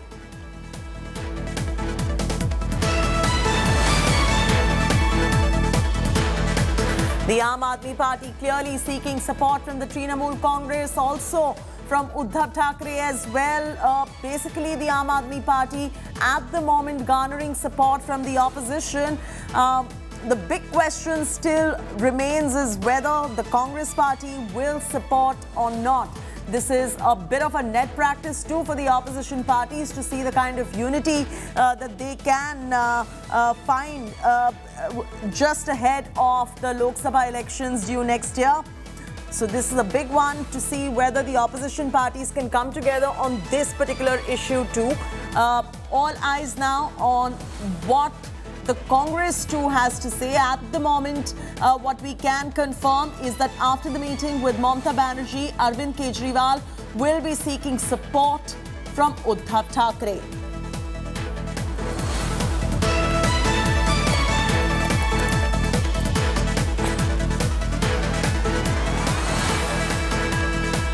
This is the big Delhi ordinance row that we are bringing to you. In fact, Nitish Kumar has extended support to Kejriwal. All eyes on Mamata Banerjee now. We will bring you the latest in terms of what what happened in the meeting between Kejriwal and Mamata Banerjee, and Kejriwal and Uddhav Thackeray as well. The breaking news at the moment is Aam Aadmi Party seeking opposition support, but Congress remains distant. That's the breaking news. The Congress has refused to back the Aam Aadmi Party in this ordinance war. The Congress says will not back corrupt Kejriwal. The Congress says the Aam Aadmi Party is making excuses to cover up their crimes. Congress's reaction. किया है supreme court ने para 95 में बड़ा स्पष्ट supreme court ने कहा है, ये लीगल एस्पेक्ट है, उसमें पैरा 95 में सुप्रीम कोर्ट ने कहा है कि अगर केंद्र सरकार चाहे तो वो पार्लियामेंट के थ्रू, अगर पार्लियामेंट चाहे तो वो इसके अंदर कोई भी एक्ट ला करके कोई पावर अगर एलजी को देना चाहे वो दे सकती है। ये पैरा 95 में क्लियर कट सुप्रीम कोर्ट ने कहा है। तो अगर अब सुप्रीम कोर्ट भी अगर ये कह रही है कि लोकसभा या पार्लियामेंट उसको लेजिस्लेट कर सकती है, तो उसमें कहां पे किसी को दिक्कत होनी चाहिए। अब सबसे बड़ा प्रश्न ये है कि जो भी लोग ये कहते हैं कि ये पावर, ये ताकत दिल्ली के मुख्यमंत्री को होना चाहिए, उनको समझना चाहिए कि दिल्ली कोई पूर्ण राज्य नहीं है और केवल केंद्र शासित भी नहीं है। दिल्ली राष्ट्र की राजधानी है और पूरी दुनिया के अंदर कहीं पर भी राष्ट्र की राजधानी हो तो वहां पर एडमिनिस्ट्रेटिव कंट्रोल केंद्र सरकार के पास में रहता है। Well, questions arising on a united opposition really ahead of the 2024 Lok Sabha polls. If the opposition just cannot come together on this one issue, then the larger question is, will they be able to come together in 2024 to take on the Modi behemoth? You have Kejriwal meeting Mamata Banerjee, the Bengal Chief Minister, to garner support against the newly introduced ordinance. You just saw how Congress has refused to offer support to Arvind Kejriwal on this. He's got support, that is Arvind Kejriwal has got support from Bihar Chief Minister Nitish Kumar, and now after the meeting with Mamata Banerjee, he will be meeting Uddhav Thackeray as well to garner support. But Congress will not give in. Congress is distant and has refused to back the Aam Aadmi Party. They've refused to back the Aam Aadmi Party in this ordinance row.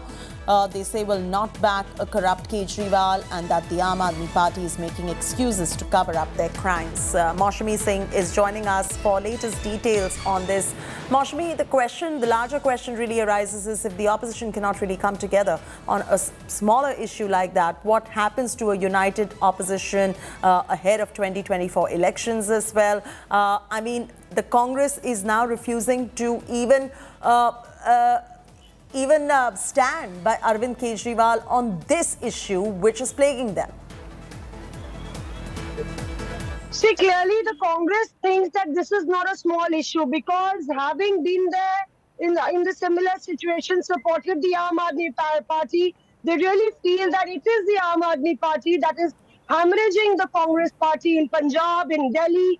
And in fact, Ajay Markan has been very vocal about it, that Arvind Kejriwal is a leader that cannot be trusted. Clearly, Aam Aadmi Party has an agenda to, in fact, remove the Congress, wipe out the Congress from states where the Congress is strong. And in fact, making his point, he said that the Aam Aadmi Party always fights where the Congress is strong, not where the BJP is strong. So, looking to, in fact, invade into the votes of the Congress Party. So all the knives have been drawn. We are told that Sandeep Dixit, Pratap Singh Bajwa and Ajay Markan, met in the morning at Punjab Bhavan, and they all from Punjab to Delhi are of this view that we should not align or support the Aam Aadmi Party in any circumstance. But the central leadership does believe, taking the view of the state leaders and also of all opposition parties, a decision will be arrived upon. All right, leave it at that. Thanks, Maushami, for joining us with those details. Moving on now to news coming in from Karnataka. There will not be any power sharing between Karnataka Chief Minister Siddaramaiah and Deputy Chief Minister D.K. Shivakumar. Karnataka Minister M.B. Patil has clarified this. M.B. Patil says Siddaramaiah will complete a full term as the Chief Minister, says if there was any such power sharing formula, the Congress High Command would have informed them. The two Congress veterans were both vying for the Karnataka Chief Minister post after Congress swept the elections in the state. Meanwhile, the race for the remaining 24 ministerial posts in Karnataka government has heated up. Supporters of Patil protested outside Siddaramaiah's house demanding a ministerial post for him.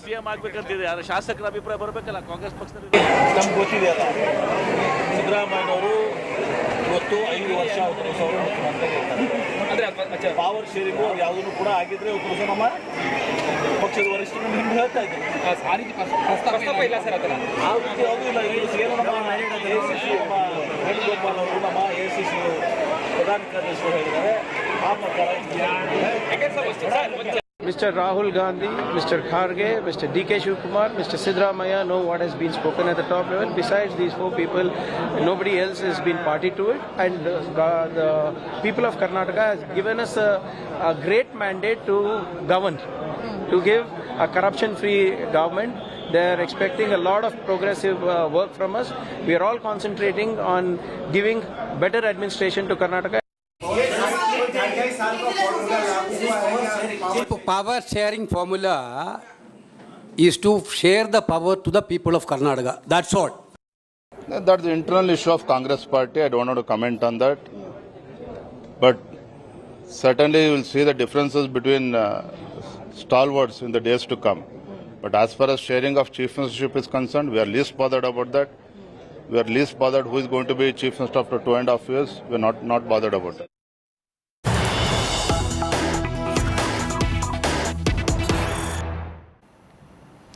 Breaking news coming in. Deputy Chief Minister D.K. Shivakumar has responded to M.B. Patil's claim. He has said, let whoever say whatever they want. There is a Congress General Secretary, there is a Chief Minister, and there is a Congress President to take the decision. So responding to M.B. Patil, who said that Siddaramaiah is going to be completing the entire term as the Chief Minister. And you remember Patil has also said that any such power sharing formula, the Congress High Command would have informed them. And this is in response to what M.B. Patil said. So now Deputy Chief Minister Shivakumar has responded to Patil's claim, saying that let anyone say whatever they want. There is a Congress General Secretary, there is a Chief Minister, and there is a Congress President too to take a decision.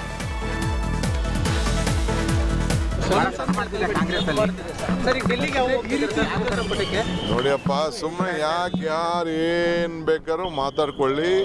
ACC general secretary ಇದ್ದಾರೆ, chief minister ಇದ್ದಾರೆ, ACC ಅಧ್ಯಕ್ಷ ಇದ್ದಾರೆ. ನಡೀರಿ.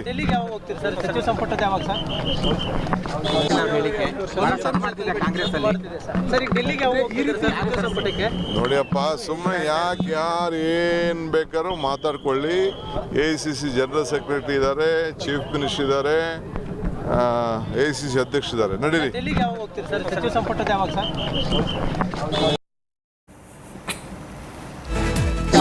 Sagai Raj, line for the latest. Sagai, what do you make of this response coming in from D.K. Shivakumar on the back of what was said by M.B. Patil? Is there any kind of clarity coming in from High Command that's more important as a fact? From the High Command, but D.K. Shivakumar wants to categorically say that AICC General Secretary Ranjit Surjewala is aware about the deliberation which was taken place in Delhi about power sharing, and he has also stated that even the Chief Minister is aware and the AICC President Mallikarjun Kharge is aware about all those developments which has happened in Delhi.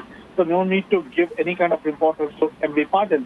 Similarly, we have also heard the statement of his brother and the Congress MP D.K. Suresh, where he has also said that if he has any doubt, let him go and speak to AICC General Secretary, because AICC General Secretary knows about the deal between D.K. Shivakumar and Siddaramaiah and with AICC.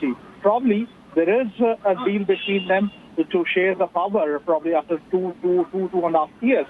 So we need to wait and watch when this bomb will explode in the state of Karnataka and what all the repercussions which will take place post this particular plan. All right, thanks Sagai for joining us with the very latest details. Staying with Karnataka, news coming in from Bengaluru now. Civic infrastructure in India's IT capital is crumbling as heavy rains continue to batter Bengaluru. Killer civic apathy in Bengaluru has claimed yet another life.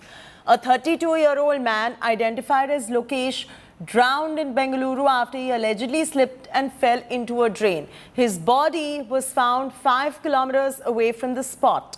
This comes just 2 days after 22-year-old Infosys techie died trapped in the vehicle at the KR Circle underpass that was flooded with water after heavy rains.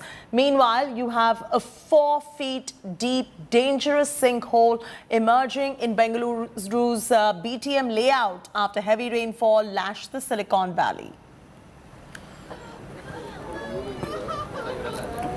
From Karnataka, let's take you to Kerala. Row over Kerala temple's body's controversial ban RSS diktat. The Travancore Devasam board issued a circular calling for a ban on RSS and their activities within the premises of Kerala temples.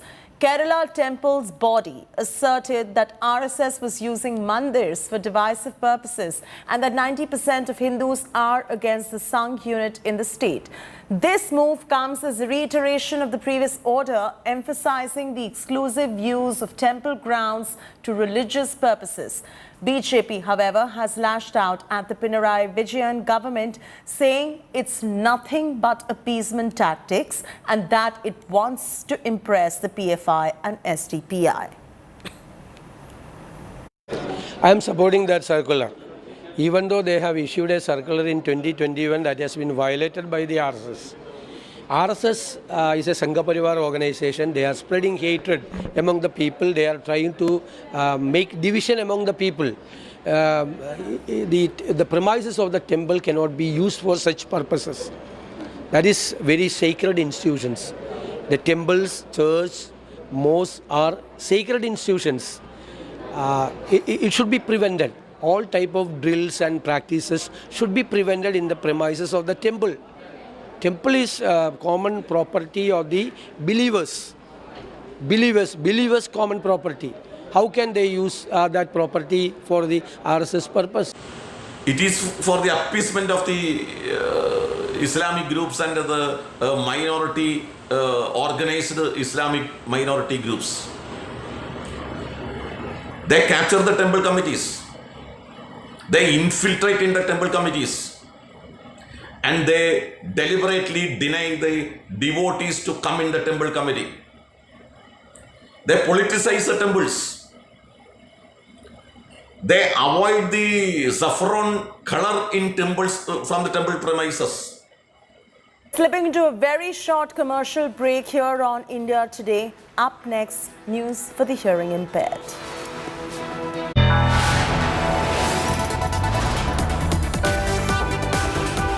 You are watching India Today.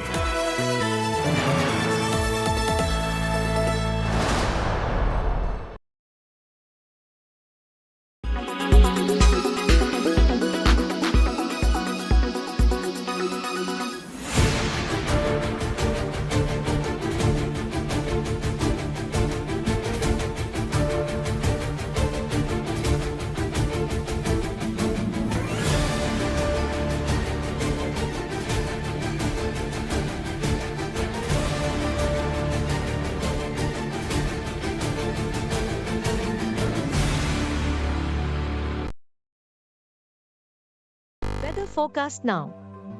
Delhi, maximum 44 and minimum 32 degrees. Mumbai, maximum 32 and minimum 28 degrees.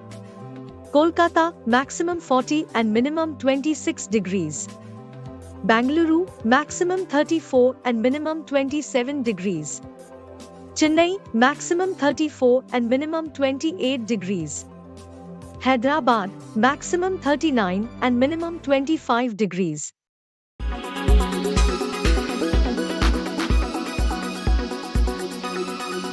Make your media plan smarter with India Today Live TV on your connected devices. Amplify your brand with 100 million smart internet viewers. To advertise, mail us at sales@aajtak.com